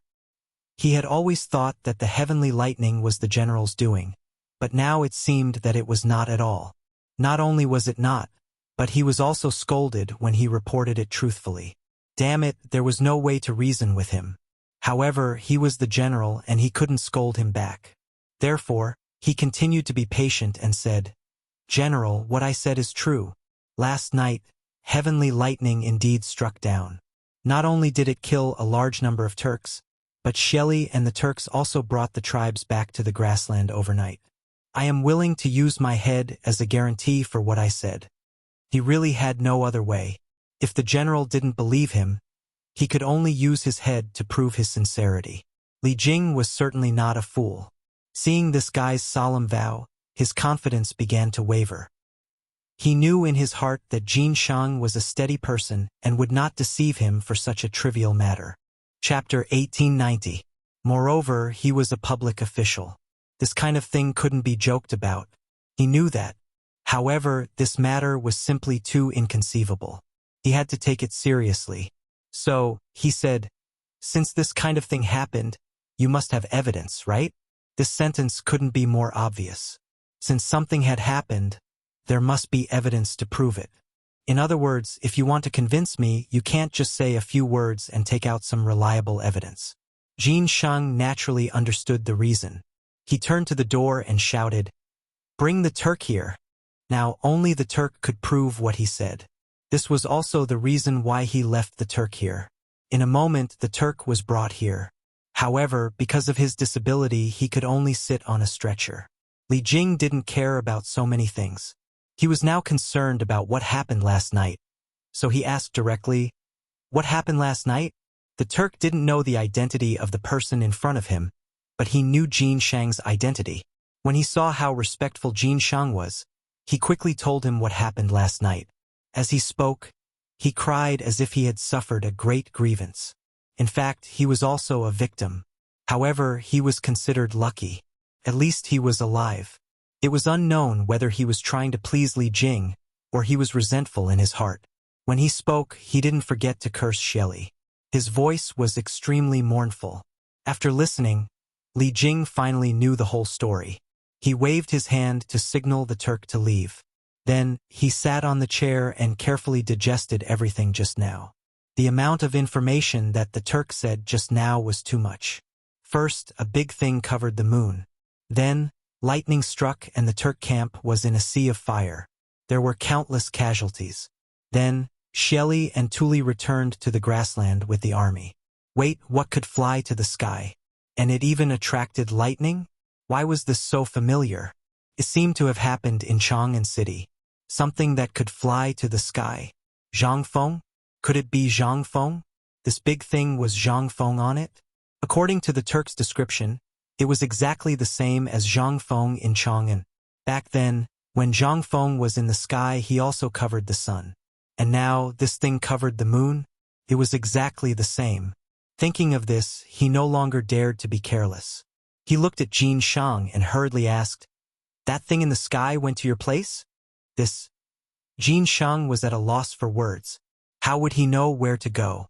There was nothing in the Turkic camp. After thinking about it, he could only honestly say, "This subordinate doesn't know." There was nothing in the Turkic camp. Li Jing frowned and thought to himself, "Oh no, if it was really Zhang Feng last night, he might be in danger now that a night had passed. Now that he was here on the Emperor's orders to find this fellow, if something were to happen to him, it would be hard for him to explain himself. What should he do?" His heart was burning with anxiety. He paced a few steps in the hall, then looked at Jin Shang. "Immediately send someone to find that thing from last night." After saying that, he seemed to have thought of something and added, "Prepare brush and ink for this general immediately." He had to report this matter to His Majesty. Zhang Feng's disappearance and the retreat of the Turks were no small matter. It was just that Zhang Feng, this dog, really knew how to hurt people. If not for him, would this general have accepted this troublesome task? How unlucky. At the same time, on Mount Shao, because of Zhang Feng's disappearance, the entire academy was so anxious that their feet didn't touch the ground. Their only goal was to find Zhang Feng. However, a day and a night had passed, and there was still no news of Zhang Feng. This made everyone very anxious, afraid that something had happened to Zhang Feng. The two women kept visiting Zhang Feng's friends, trying to find some clues. Unfortunately, there was no news at all. They were women and shouldn't be in public. However, their husband was missing, so how could they not be anxious? So they didn't care too much. Unfortunately, the heavens didn't fulfill their wishes. In fact, the most anxious were Yu Shernan and the other old men. In their hearts, they regarded Zhang Feng as their disciple. Now that their disciple was missing, they were also very anxious. Even though they were old, they spared no effort to visit everywhere. However, Zhang Feng seemed to have deliberately hidden himself. They couldn't find any trace of him. After a discussion, these old men decided to enter the palace to meet His Majesty. This was because they knew that Li Shimin would definitely not leave this matter alone. As soon as Yu Shernan and the others returned from the palace, they were blocked by a group of students at the door. "Mr. Bosher, what did His Majesty say? Are you willing to help?" "Mr. Say something." The students were all talking at once, looking anxious. However, Yu Shernan and the others didn't seem to be in a good mood. He frowned and waved his hand. "Everyone disperse. We will think of a way to find Fengzi. You kids don't have to get involved." After saying that, Yu Shernan waved his sleeves and walked back to his residence with his head lowered. Before he could take 2 steps, 2 figures blocked his path. "I've already told you." Yu Shernan looked up impatiently. However, halfway through his words, he realized that it wasn't the students who came, but Jing Shu and Zhang Yuyao. His expression finally softened. "2 girls? Why are you here?" Chapter 1891. This question was unnecessary. He knew that the 2 girls were worried about Feng Zi's whereabouts, so they waited for him here. However, he didn't know how to reply to them. Zhang Yuyao didn't care too much. Instead, she asked directly, "Sir, is His Majesty willing to help find him?" This Yu Shernan frowned. He seemed to have something to say. He glanced at the students walking around and said softly, "This matter is more complicated. You two girls don't worry about it." After that, he lowered his head and was about to walk back to his residence. Jingshu spoke again. "Sir, why don't you come to our place to have some tea? Prince Zhang isn't here now. We sisters should do our duty as disciples." After that, she even bowed. It wasn't that she didn't care about Zhang Feng's whereabouts. She just noticed that Sir seemed to have something to say. It was probably because there were too many students here, so she had to come up with this plan. Yu Shernan stopped and frowned. He seemed to be thinking about something. At this moment, Chu Suiliang and the others walked up. "Bashi, since the two girls invited you, why don't you go?" "Greetings to the three gentlemen." Jingshu bowed. Her original intention was to invite the four gentlemen over. She mainly wanted to ask about Prince Zhang's whereabouts. The four gentlemen were the great scholars of this generation. Naturally, they were more well-informed than a weak girl like her. Since Sir had agreed, she quickly said, "Gentlemen, please. We sisters will go back and prepare some fragrant tea." After that, Jingshu pulled Zhang Yuyao and left. Yu Shernan didn't say a word during the whole process. However, it didn't mean that he didn't know anything. Instead, his heart was as clear as a mirror. Looking at the back of the leaving figure, he smiled. This girl may become Feng Zi's good wife in the future. That's right. Chu Suiliang stroked his beard and looked at Yu Shernan. He changed the topic. "We have to talk about Feng Zi sooner or later. Since these two are so anxious, let's go and have a seat." Yu Shernan narrowed his eyes and nodded thoughtfully. In fact, he had seen through Jingshu's thoughts at a glance just now. As the saying goes, the older you get, the wiser you become. However, he was also happy in his heart. After all, it was a good thing that there was another person who cared about Feng Zi. "Let's go and see how this girl's tea tastes." He waved his sleeves and walked straight to the two women's residence. Everyone smiled and shook their heads. Without saying a word, they followed behind him. Not long after, the four of them arrived at the residence of the two women.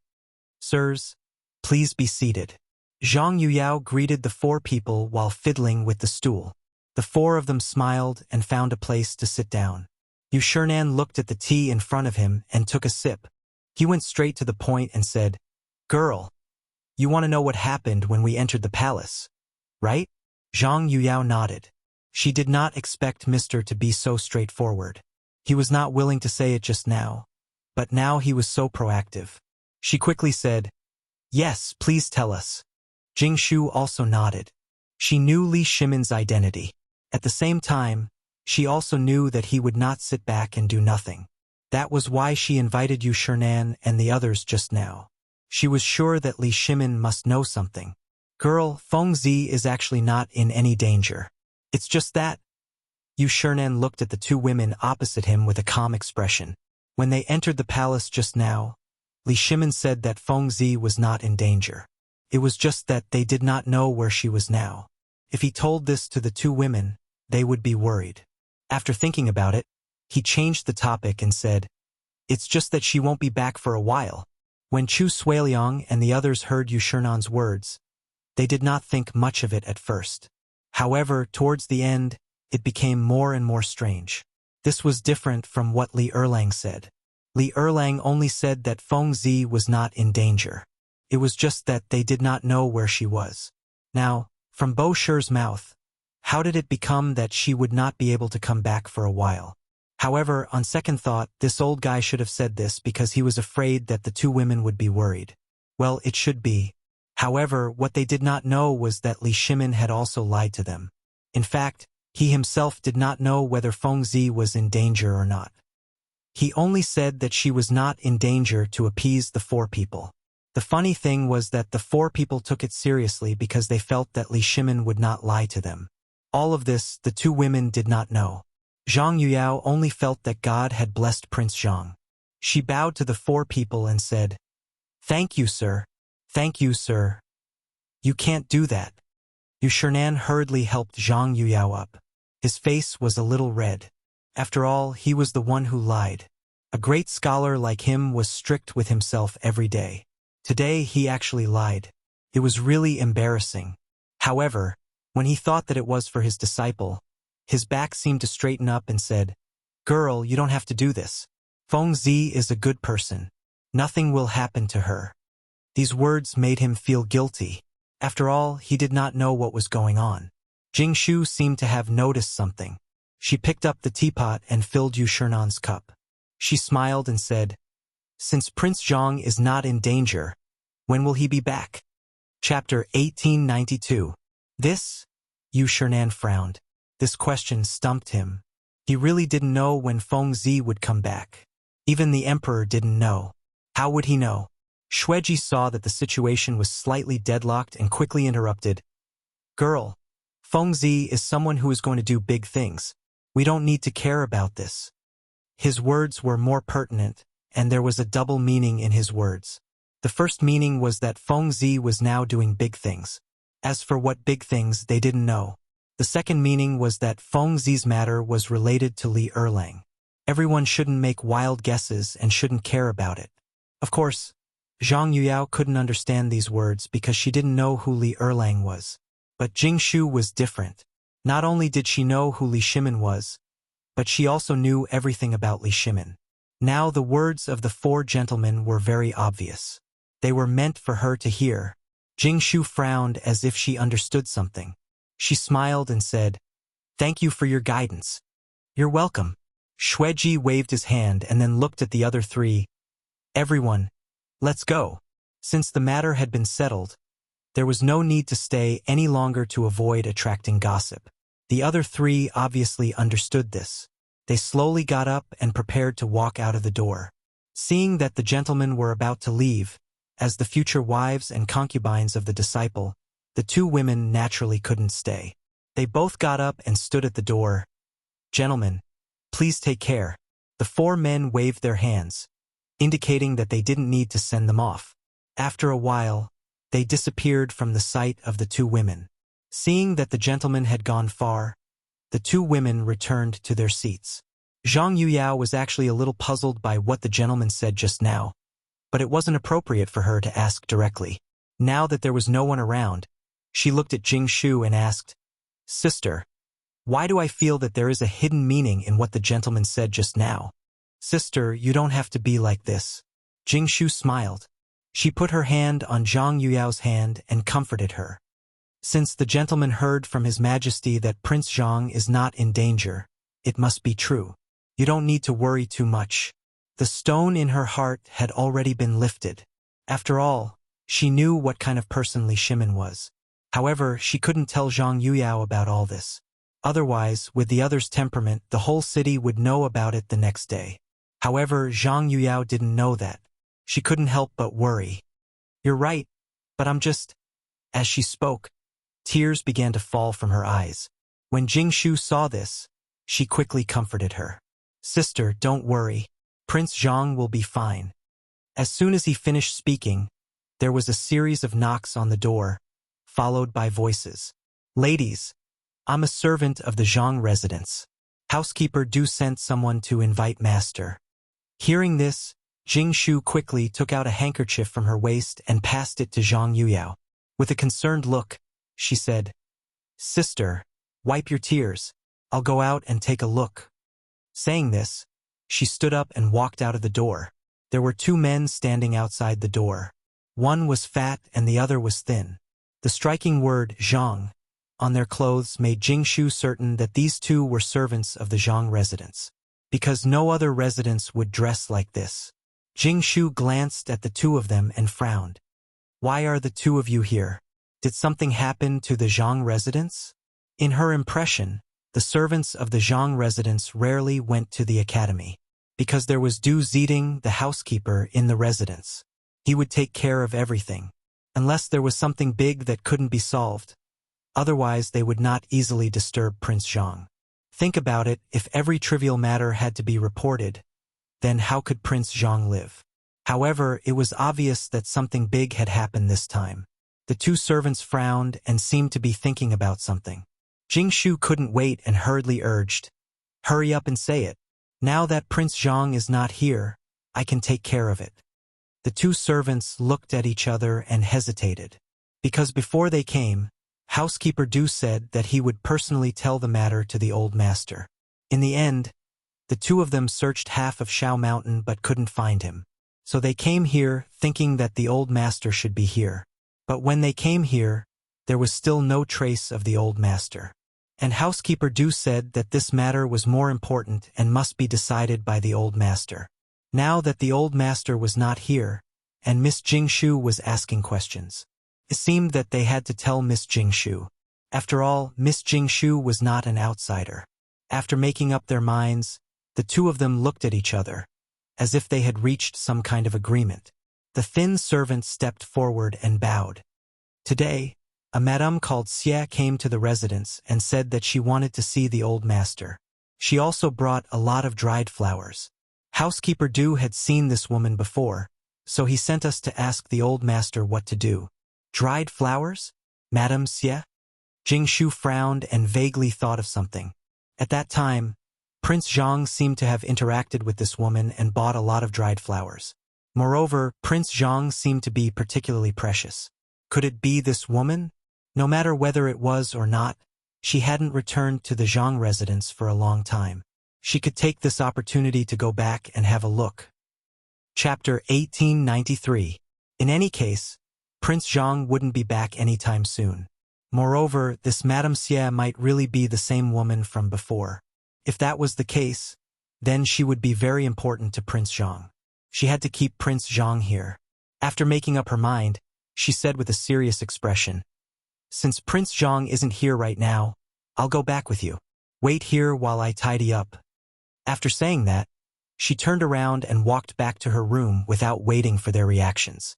When Zhang Yuyao saw Jingshu coming back, she quickly wiped the corners of her eyes and stood up to ask, "Younger sister Jingshu, what's going on outside?" Jingshu smiled and stepped forward to hold Zhang Yuyao's hand. "Older sister Yuyao, a servant from the Zhang estate, just came to report that a Madame Xia is looking for Prince Zhang." Madame Xia?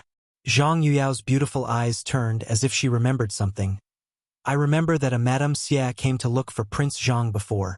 She even brought a batch of dried flowers. Could it be this Madame Xia?" She clearly remembered that when this Madame Xia brought a batch of dried flowers, Prince Zhang said that he wanted to do business with her, to make some perfume. Of course, Jingshu also remembered this and smiled. "Older sister Yuyao is right. The one who came this time should be this Madame Xia. However, since Prince Zhang isn't here, I think that we should go back and meet this Madame Xia so that we won't be impolite." Zhang Yuyao couldn't help but nod. Younger sister Jingshu is right. Now that Prince Zhang isn't here, we should go back. After saying that, she changed the topic and continued, "However, we should first say goodbye to the four gentlemen." Jingshu nodded. "Of course, we can't be impolite. Let's go and say goodbye to the four gentlemen now." Zhang Yuyao naturally didn't have a problem with that, and the two women walked out together. When the two servants saw Zhang Yuyao and Jingshu coming out, they quickly bowed. "Greetings, young ladies." These two young ladies were the future madams of Zhang Mansion, so they didn't dare to slight them. Zhang Yuyao nodded and gestured for the two to get up. "You two prepare a sedan chair and wait at the door. My sister and I will come out in a little while." The two servants looked at each other and wondered if they would be punished for not completing housekeeper Du's order. She thought to herself, but she still agreed. Yes. After giving her instructions, Zhang Yuyao flicked her sleeves and walked towards the classroom. Jingshu followed closely behind. It was class time now, so the four teachers should be in the classroom. They couldn't be found anywhere else. As expected, Yu Shernan was checking the students' homework in class. His hands were clasped behind his back, and his gaze was sharp. At this moment, he happened to see the two women walking over. He knew in his heart that the two girls usually wouldn't come to the classroom for no reason. Now that they suddenly came, he thought that there must be something. So he put down the book in his hand and went straight to the door of the classroom. He asked with a smile, "Girl, why are you two here? Is there something wrong?" The two girls quickly stepped forward and bowed. Zhang Yuyao smiled and said, "Teacher, There's something in the Zhang residence that we need to go back to solve. So we're here to say goodbye to you. Yu Shernan frowned slightly. What can happen in the Zhang residence? Is it very important? He didn't want the two girls to go back now. First, Feng Zi wasn't here, and it wasn't good for the two girls to appear in public. Second, for their safety. The bottom of the mountain had just issued an edict of guilt. It was said that the Waterland Conference would be held soon. There would definitely be a huge crowd. What if there was some danger? How would he explain when Feng Zi came back? As a teacher, he naturally had to take care of his students' family. However, the two girls obviously didn't think so much. Ever since Zhang Feng disappeared, they had nothing to do on the mountain. In fact, they had long wanted to go back to the Zhang residence. Now that they had an excuse, they naturally didn't want to stay any longer. So Jingshu bowed and smiled. Teacher, a Mrs. Xie came to the Zhang residence today. She said that she was Prince Zhang's former business partner. This time, she also brought a lot of dried flowers. So we need to go back. Oh. Yu Shernan stroked his beard. He remembered that Feng Zi seemed to have mentioned this before. It shouldn't be a problem. Although he didn't want the two girls to go down the mountain, he couldn't say much. So he nodded and said, "In that case, you can go. Remember to be careful. If you need help, just send someone to Shao Mountain." Old man doesn't dare to say anything else, but he still has connections. The two girls looked at each other and smiled. "Thank you, teacher." Yu Shernan smiled and nodded. "You're welcome. You can go." The two women bowed and saluted again. Then, they turned around and walked towards the door. At this time, the palanquin outside the door was ready. Seeing the two girls coming, the servants quickly went up to greet them. "Hello, Mississippi." Everyone bowed in unison. Zhang Yuyao glanced at the crowd and waved her hand. "Get up and prepare to go back." The servants didn't hesitate. They all got up and pressed the palanquin. The two girls entered the palanquin and walked down the mountain. Shao Mountain wasn't very far from the Zhang residence. The servants' legs were quite agile. In a moment, the gate of the Zhang residence was in sight. At this time, a thin figure was standing at the gate of the Zhang residence. His eyes were deeply sunken, as if he hadn't slept for a few days. This person was the Zhang residence's housekeeper, Du Ziding. Chapter 1894. He raised his head with his hands behind his back and paced up and down the stairs as if he was in a hurry. From time to time, he would glance at the direction of Shao Mountain. But he didn't see what he was expecting and continued to pace up and down. At this moment, the servant behind him cheered, "Master is back." Du Ziding turned around abruptly and saw two sedan chairs of the Zhang residence slowly walking over. This should be Master. He thought in his heart and quickly waved his hand. "Let's go and welcome Master." After saying that, he took a step forward and ran towards the sedan chair. When the servant who was carrying the sedan chair saw the housekeeper coming, he quickly quickened his steps and stopped at the entrance of the residence.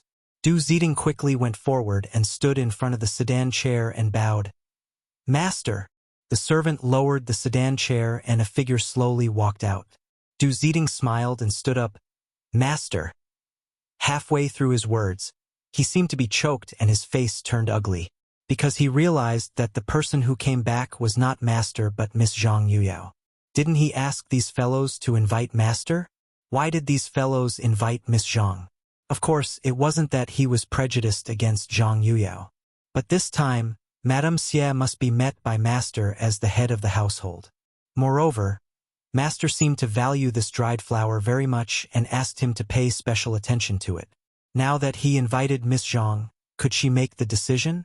Taking a step back, even if Miss Zhang could make the decision, if something went wrong and Master came back, wouldn't he be blamed?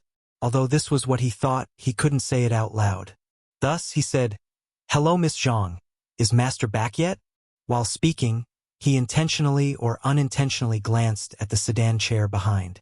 He thought, the sedan chair in front is Miss Zhang, so the one behind should be Master, right? After all, Master was so concerned about this dried flower, he should be back. But the next moment, he was disappointed, because the person who came down was Jingshu. This Master didn't come back? Why did these two ladies come back? Just as he was puzzled, Zhang Yuyao spoke. Housekeeper Du. This time Master didn't come back. So we sisters specially came back to meet Madame Xie. Du Ziding didn't reply because he didn't know how to reply. He couldn't possibly say that this was a big matter and that his master had to make the decision, right? Wouldn't that be cutting off his own path of retreat? One had to know that these two young ladies were the old master's future wives. So he didn't dare to provoke them. After all, he still wanted to work in the Zhang mansion for a few more years. Jingshu seemed to see Du Ziding's difficulties and smiled. Steward Du? This time Prince Zhang has something important to do. So we came back to solve the problem. You don't have to worry. We will tell Prince Zhang if there is anything. What he meant was that it was Prince Zhang who asked us to come back. Of course. She said this because she didn't want the people in the Zhang mansion to know that Prince Zhang was missing. Although she knew that Prince Zhang wasn't in danger, others didn't know. If the people in the Zhang mansion knew that the old master was not around, it would cause a huge uproar. For the peace of the Zhang mansion, it was a last resort to temporarily hide it from everyone. Obviously, Zhang Yuyao also understood Jingshu's meaning and interrupted. Yes, Steward Du. We will talk to Prince Zhang. Don't worry. Du Ziding lowered his head and frowned.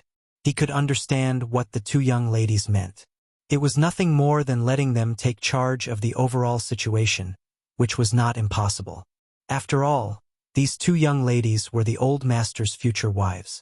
Moreover, since the old master was not back, they could only let these two young ladies take charge. Thinking, he said, "What are you two talking about? Since the old master is not back, naturally you two will take charge of the overall situation. Let's go in first." After that, he turned around and made a gesture with a smile. "Two young ladies. This way, please." Zhang Yuyao and Jingshu looked at each other and smiled.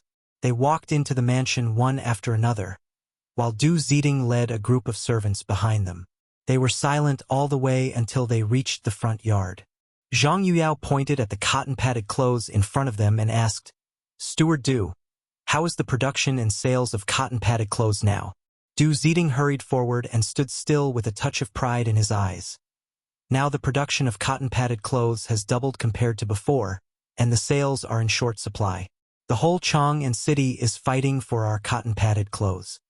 Since the old master left, he had been supporting the family alone. Coupled with the miscellaneous matters in the mansion and the cotton-padded clothes, it could be said that he was exhausted and had not slept well for several nights. Of course, he was not tired of these things and thought that working for the old master was not tiring at all. The two young ladies were well aware of all these. Looking at Steward Du's panda eyes, they naturally understood. Therefore, Zhang Yuyao said with concern, "Steward Du, you have been working hard recently. When Prince Zhang comes back, he will definitely reward you." "It's not hard, it's not hard." Du Ziding waved his hand and smiled. "How can it be hard to work for the old master? There are not many kind-hearted and charitable people like the old master. It is my blessing to work in the Zhang mansion." Chapter 1895. The two girls smiled and nodded. They understood Du Ziding's loyalty and did not say anything else. However, a pile of dried flowers in the corner attracted their attention. Jingshu glanced at the dried flowers, then looked at Du Ziding. "Housekeeper Du, are these dried flowers sent by Madame Xie?" "Yes." Du Ziding nodded and glanced at the main hall. Last time, Madame Xie sent some dried flowers. Master treasured them and reached an agreement with Madame Xie. This time, she sent some again. Jingshu looked at Zhang Yuyao and nodded. They were now certain that this Madame Xie was the one who visited Prince Zhang last time. These dried flowers were used by Prince Zhang to make perfume. Since she was already here, they naturally had to meet her. Thus, she looked at Du Ziding. "Housekeeper Du, prepare the tea. We will go and meet Madame Xie." Du Ziding nodded slightly and waved her hand to signal the servants to prepare. She then said, "This way, Madame Xie is in the main hall." The two girls nodded, brushed their sleeves, and walked to the main hall. Passing through the corridor, a group of servants playing with cotton appeared in front of the two girls. However, they were not in the mood to care about this. They walked straight to the main hall. As soon as they entered the main hall, they saw a woman sitting in the main hall. It was Madame Xie. "Madame Xie, The two girls went up to her. Although they only met Madame Xie once or twice, they remembered her clearly. It was not because she was outstanding, but because she was polite and graceful no matter what she did. This was not something an ordinary woman could do. When Madame Xie heard someone calling her, she glanced at the door. Seeing that it was not Zhang Feng, a hint of disappointment flashed in her eyes. However, it disappeared quickly. She then stood up and said, "Hello, ladies." She naturally had some influence on the two girls in front of her. Ever since her family declined, she sold flowers for a living and trained a pair of good eyes. Zhang Yuyao stepped forward and smiled. "Madame Xie has a good memory. You still remember us?" "Of course." Madame Xie nodded slightly and smiled. "Both of you are beautiful and dignified. You and Prince Zhang are talented and beautiful. How could this old woman not remember you?" These words made the two women happy in their hearts.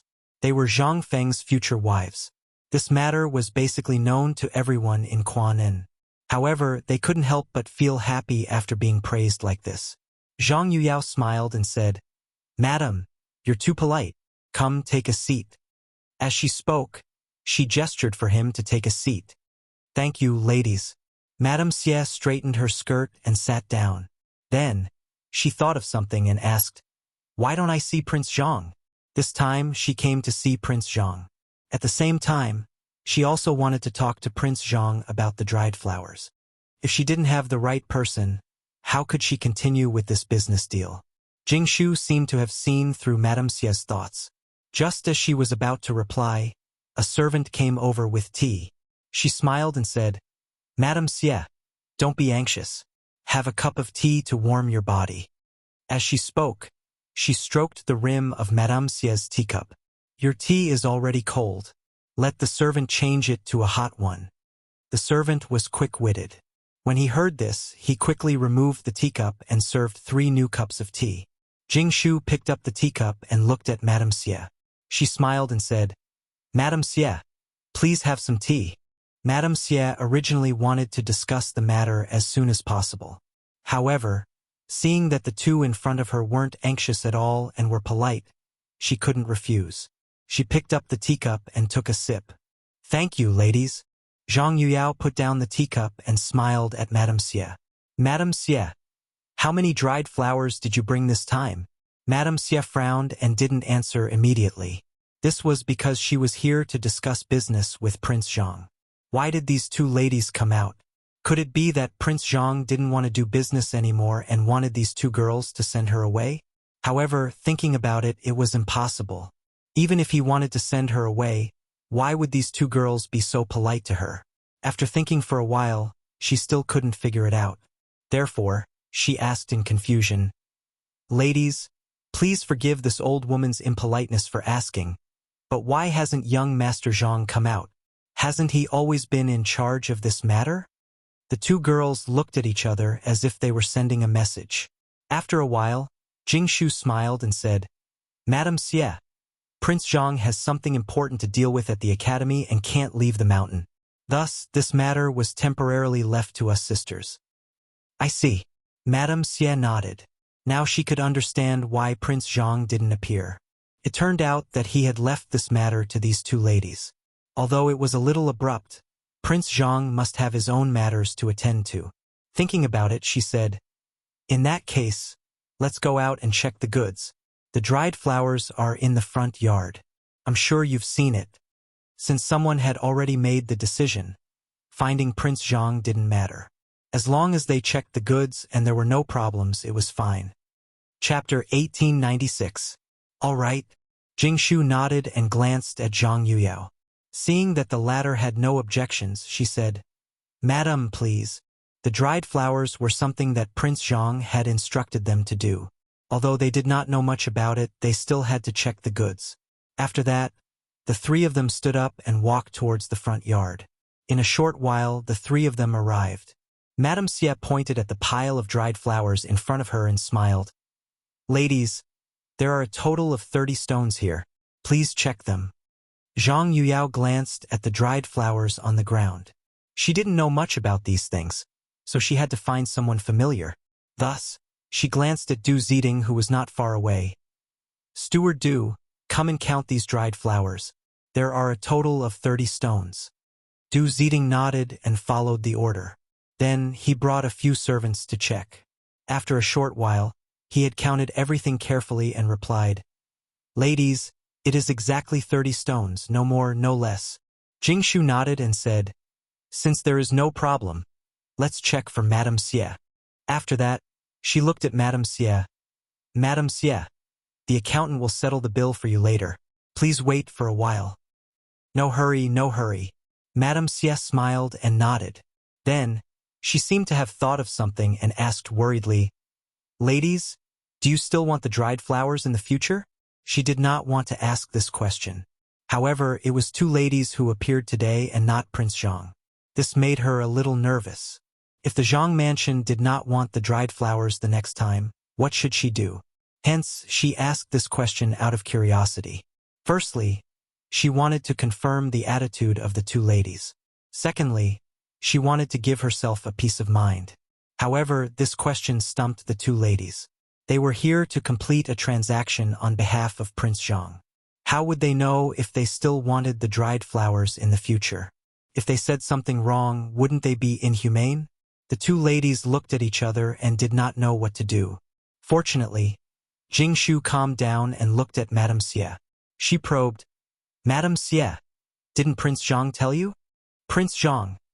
Madame Xie blinked her beautiful eyes and smiled. "Prince Zhang did say that as long as he did not say anything, we will continue to send the dried flowers. But now, it's you two ladies. Zhang Feng did say that because the perfume required a large amount of dried flowers. The dried flowers that they were sending were far from enough. They might ask for more in the future. How could they run out of stock?" However, she was worried that the two ladies now that they were taking over the dried flowers. That was why he asked this question. Otherwise, who would cut off their own source? The two women obviously didn't know about this. Hearing young Master Zhang's orders, they were naturally overjoyed. Thus, Zhang Yuyao smiled and said, "Since young Master Zhang has orders, then let's do as young Master Zhang says." Hearing this, Madame Xie felt relieved. She didn't have to worry about anything anymore. She smiled and said, "Since that's the case, thank you very much. This is what we should do it." Jingshu and Zhang Yuyao looked at each other and smiled.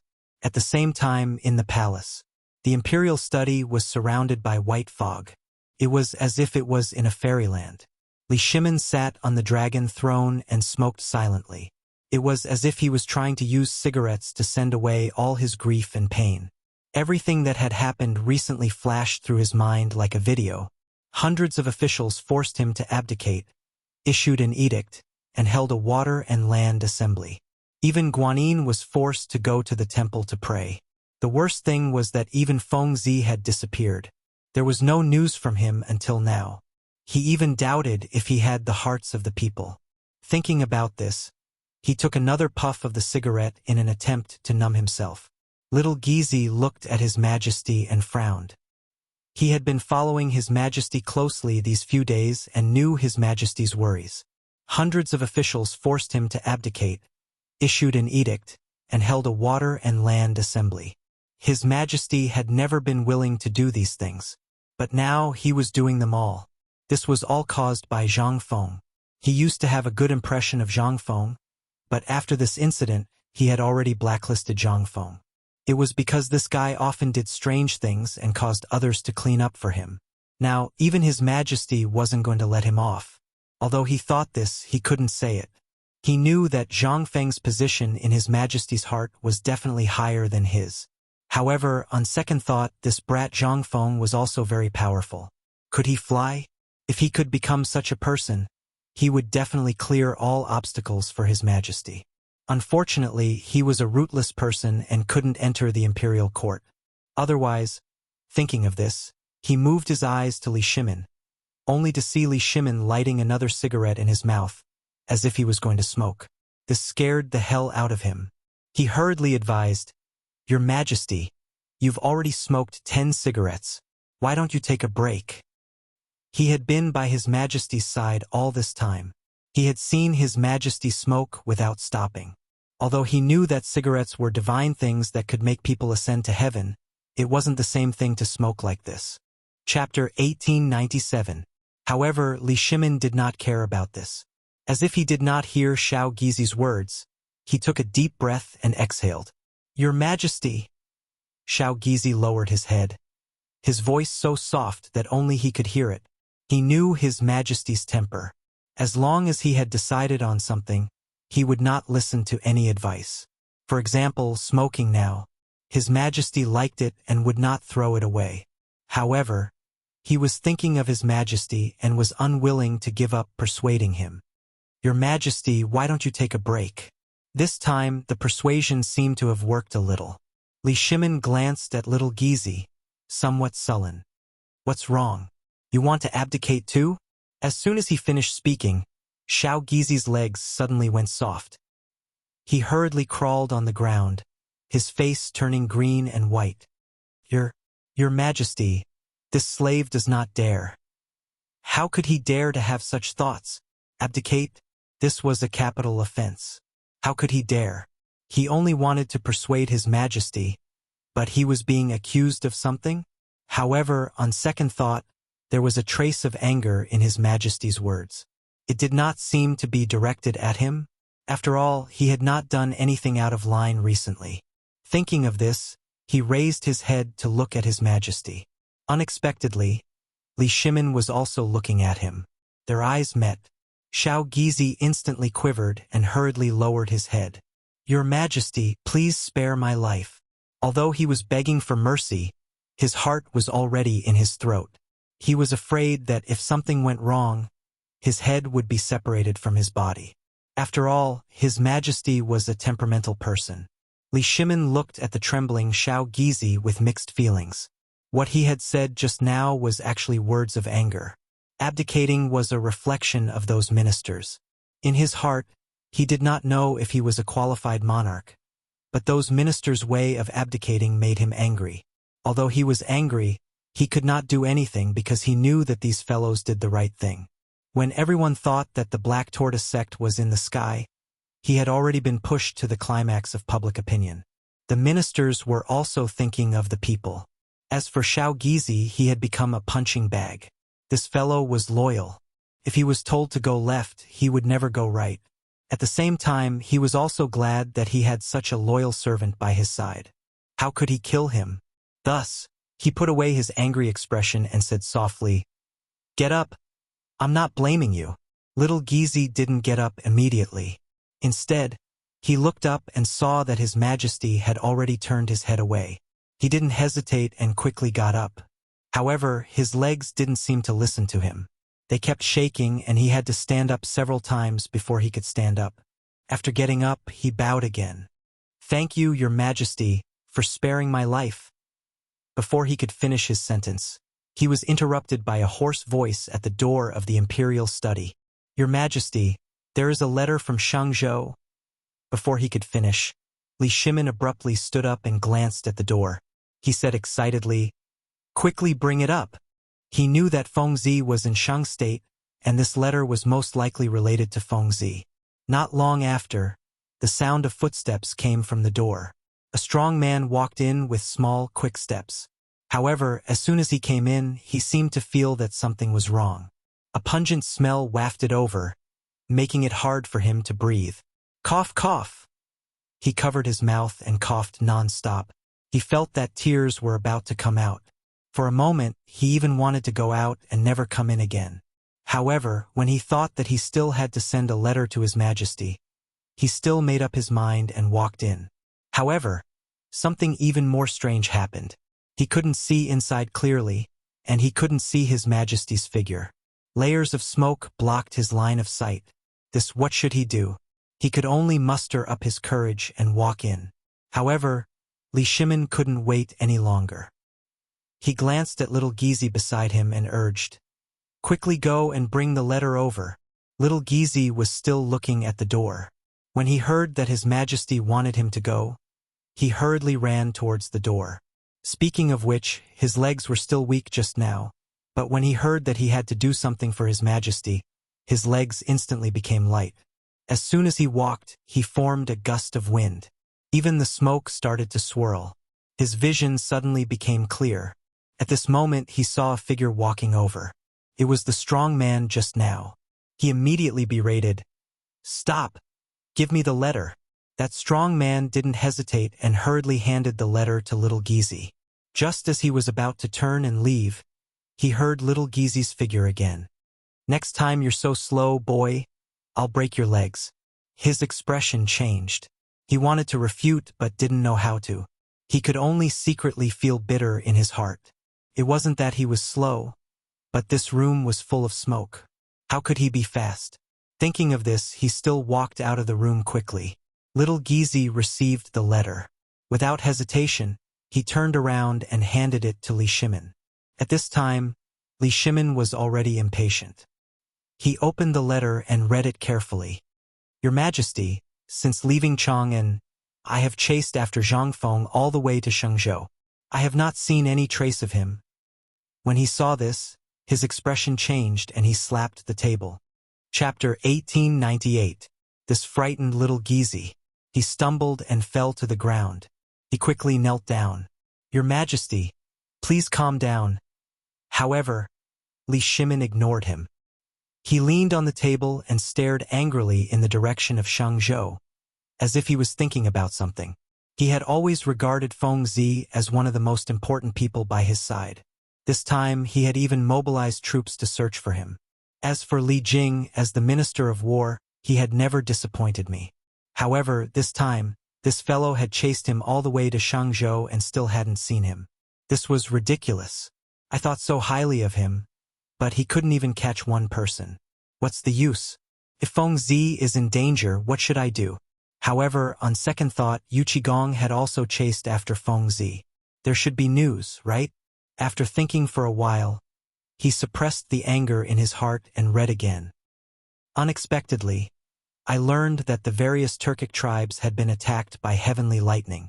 There were countless casualties. When he saw this, he suddenly trembled. His eyes suddenly widened. He even rubbed them, suspecting that he had seen wrongly. However, after reading it a few times, it was still the same words. Finally, he could no longer contain the shock in his heart. He kept exclaiming, "The various Turkic tribes had been attacked by heavenly lightning? There were countless casualties? How is this possible?" Xiao Gizi, who was crawling on the ground, seemed to have noticed something unusual. He quickly raised his head, only to see Li Shimin constantly crying out in alarm. His feet seemed to be somewhat unstable, and he was about to fall down the steps. He was so scared that he quickly got up, strode forward, hugged Li Shimin, and exclaimed, "Your Majesty, be careful." Suddenly being hugged, Li Shimin steadied himself. However, his brain seemed to have suffered a great impact. He was a little dizzy.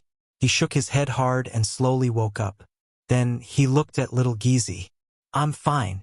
Help me sit down." Hearing this, little Gizi finally relaxed. He ignored the cold sweat on his head and quickly and carefully helped Li Shimin to sit on the dragon throne. Seeing that Li Shimin was fine, he said, "Your Majesty, don't be so agitated. Your health is important." Li Shimin didn't answer little Gizi because he was still immersed in shock and couldn't extricate himself. The various Turkic tribes had been attacked by heavenly lightning? Countless casualties? These words were like a brand that was deeply imprinted into his heart. Heavenly thunder? This was something that only the heavens could control, so why would it suddenly attack the Turkic camp? This was completely illogical. Moreover, even if the Turkic camp had been struck by lightning, how could there have been so many casualties? The only possibility was that Li Jing had given a fake military order. However, he quickly rejected this hypothesis. He knew very well what kind of person Li Jing was. He was an upright person with strict discipline. It was absolutely impossible for him to do such a thing. Of course, he didn't dare to do it either. However, all of this was too strange. The more he thought about it, the more he felt that something was amiss. Li Shimin frowned. Little Gizi seemed to notice that something was wrong and said softly, "Your Majesty, please don't worry about state affairs. What does a castrate like, you know?" Li Shimin glanced at little Gizi with some dissatisfaction. This is a huge matter for the Turks. Halfway through his words, he felt that something was wrong and immediately changed his tone. Forget it. Forget it. What's the use of saying so much to a eunuch like you? After that, he read the letter again. This heavenly thunder incident is very strange. I suspect that it has something to do with Zhang Feng. Fengzi? Li Shimin frowned, somewhat puzzled. Didn't I ask Li Jing to track down Fengzi's traces? How could the heavenly thunder have anything to do with Fengzi? Could it be that the heavenly thunder was summoned by Fengzi? It shouldn't be possible. With doubts in his mind, he continued to read. According to the survivors, a round object appeared in the sky that night, covering the sky and the moon. Then, countless things with sparks were thrown down, causing countless casualties in the Turkic camp. The specific number of casualties is unknown. Li Shimin put down the letter and frowned even more. This description was exactly the same as the thing in Chang'an City. In that case, it was Fengzi. However, why would this guy go to Shangzhou and blow up the Turkic camp? Could it be premeditated? Whether it was premeditated or not, it was still a good thing for the Tang dynasty. However, now this guy should still be in Shangzhou. Would he be in danger? Thinking of this, Li Shimin was a little uneasy. He glanced at Xiao Gizi and said seriously, "Immediately send someone to Shangzhou to pass on my order. You must let Li Jing find Zhang Feng and bring him back smoothly." After that, he seemed to think of something and added, "In addition, tell Wei Zheng, Du Ruhui, Fang Xianling, Zhang Sun Wuji, and others to come to see me." "Yes, Your Majesty." Xiao Gizi bowed and turned to walk out of the door. After instructing everything, Li Shimin sat on the dragon throne again, picked up a cigarette from the desk, put it in his mouth, lit it, and slowly smoked. At this time, he had mixed feelings. On one hand, he was happy about the bombing of the Turkic camp, but on the other hand, he was worried about Zhang Feng's safety. The Turkic people had always been a thorn in the heart of the Tang dynasty. Almost every year, they would come to the Tang dynasty to burn, kill, and loot. The people of the Tang dynasty hated them to the bone, but they could do nothing because they lived in the grassland and could not be killed. Chapter 1899. However, the blow this time was undoubtedly huge to the Turkic headquarters. Although it was impossible to know whether Shelley and Tuli were dead or alive, it could definitely stop the other party from going south. And Zhang Feng had really made a great contribution this time. However, he had been missing, which made him very vexed. Just as he was feeling vexed, footsteps came from outside the door. Then little Gizi walked in and bowed. "Your Majesty, the verbal order has been sent. Duke Wei and the others are also waiting outside. Should we summon them?" "Summon them." Li Shimin waved his hand. Little Gizi accepted the order and turned to leave the room. After a while, he walked in with Wei Zheng. Wei Zheng and the others followed little Gizi's footsteps into the imperial study and smelled a pungent smell of smoke. Although they usually smoked a little, it was only when they had nothing to do. In addition, they were generally old. How could they smell such a strong smell? They immediately coughed. Cough, cough, cough. This smell. Everyone covered their noses and coughed. Seeing this, little Gizi hurriedly comforted them. "Sirs, please bear with it. His Majesty is waiting." Hearing this, everyone did not complain anymore. After all, His Majesty had already issued an edict and admitted his mistake. Strictly speaking, he was a good emperor. Besides, the thing in the sky was not the vengeful spirit of the Xuanwu Gate. After thinking about it, everyone still walked toward the main hall. They saw Li Shimin sitting on the dragon throne.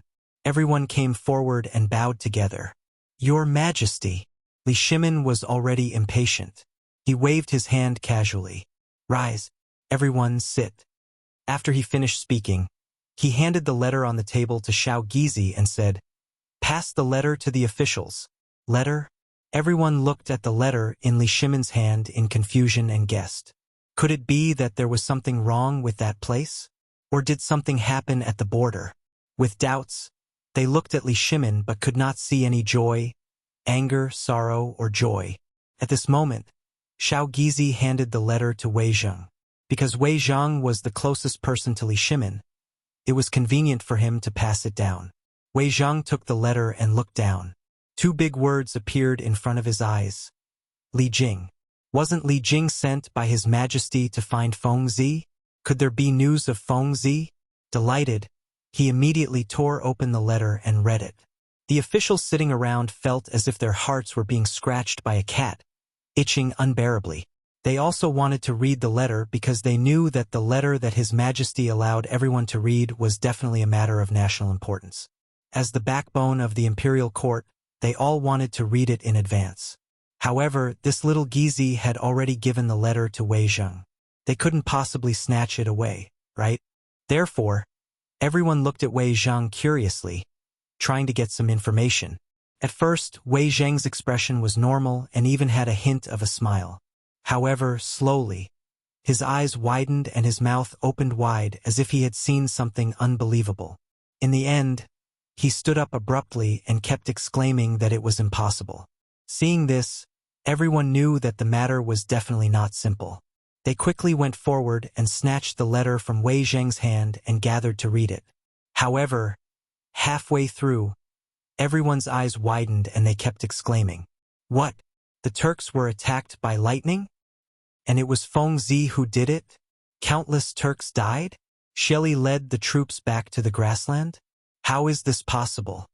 They felt that their worldview had been turned upside down and they kept exclaiming. Lightning was a divine object that only the heavens could control. How could it be related to Feng Zi? Moreover, according to Li Jing's letter, it seemed that Feng Zi had sent down lightning from the sky and caused the deaths of various Turks. If that was the case, it was even more unbelievable. How could a human control lightning? Could it be that Feng Zi was an immortal? Only immortals had such means. However, they quickly denied this theory. Because the people present had more or less interacted with Feng Zi, they could be considered to know his character. This kid usually liked to fiddle with strange things. In terms of talent, he was a little talented, but it was impossible for him to have such means. Therefore, everyone looked at Li Shimin, hoping to get some information from His Majesty. Li Shimin naturally knew the doubts in everyone's hearts. He smiled faintly and said, "Have you all read the letter just now?" After that, he continued, Li Jing said in the letter that the lightning this time was very likely to be Feng Zi's doing. At first, I was also puzzled as to why there would be such a ridiculous statement.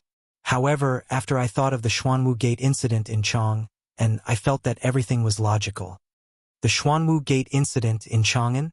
Everyone was puzzled and confused. What was the connection between these two things? One was what happened in Chang'an, and the other was what happened in Shangzhou. The two had nothing to do with each other. Perhaps he saw through everyone's thoughts. Li Shimin continued, "Have you forgotten that these things have something in common? That is, they can all go to the sky and they were all done by Feng Zi?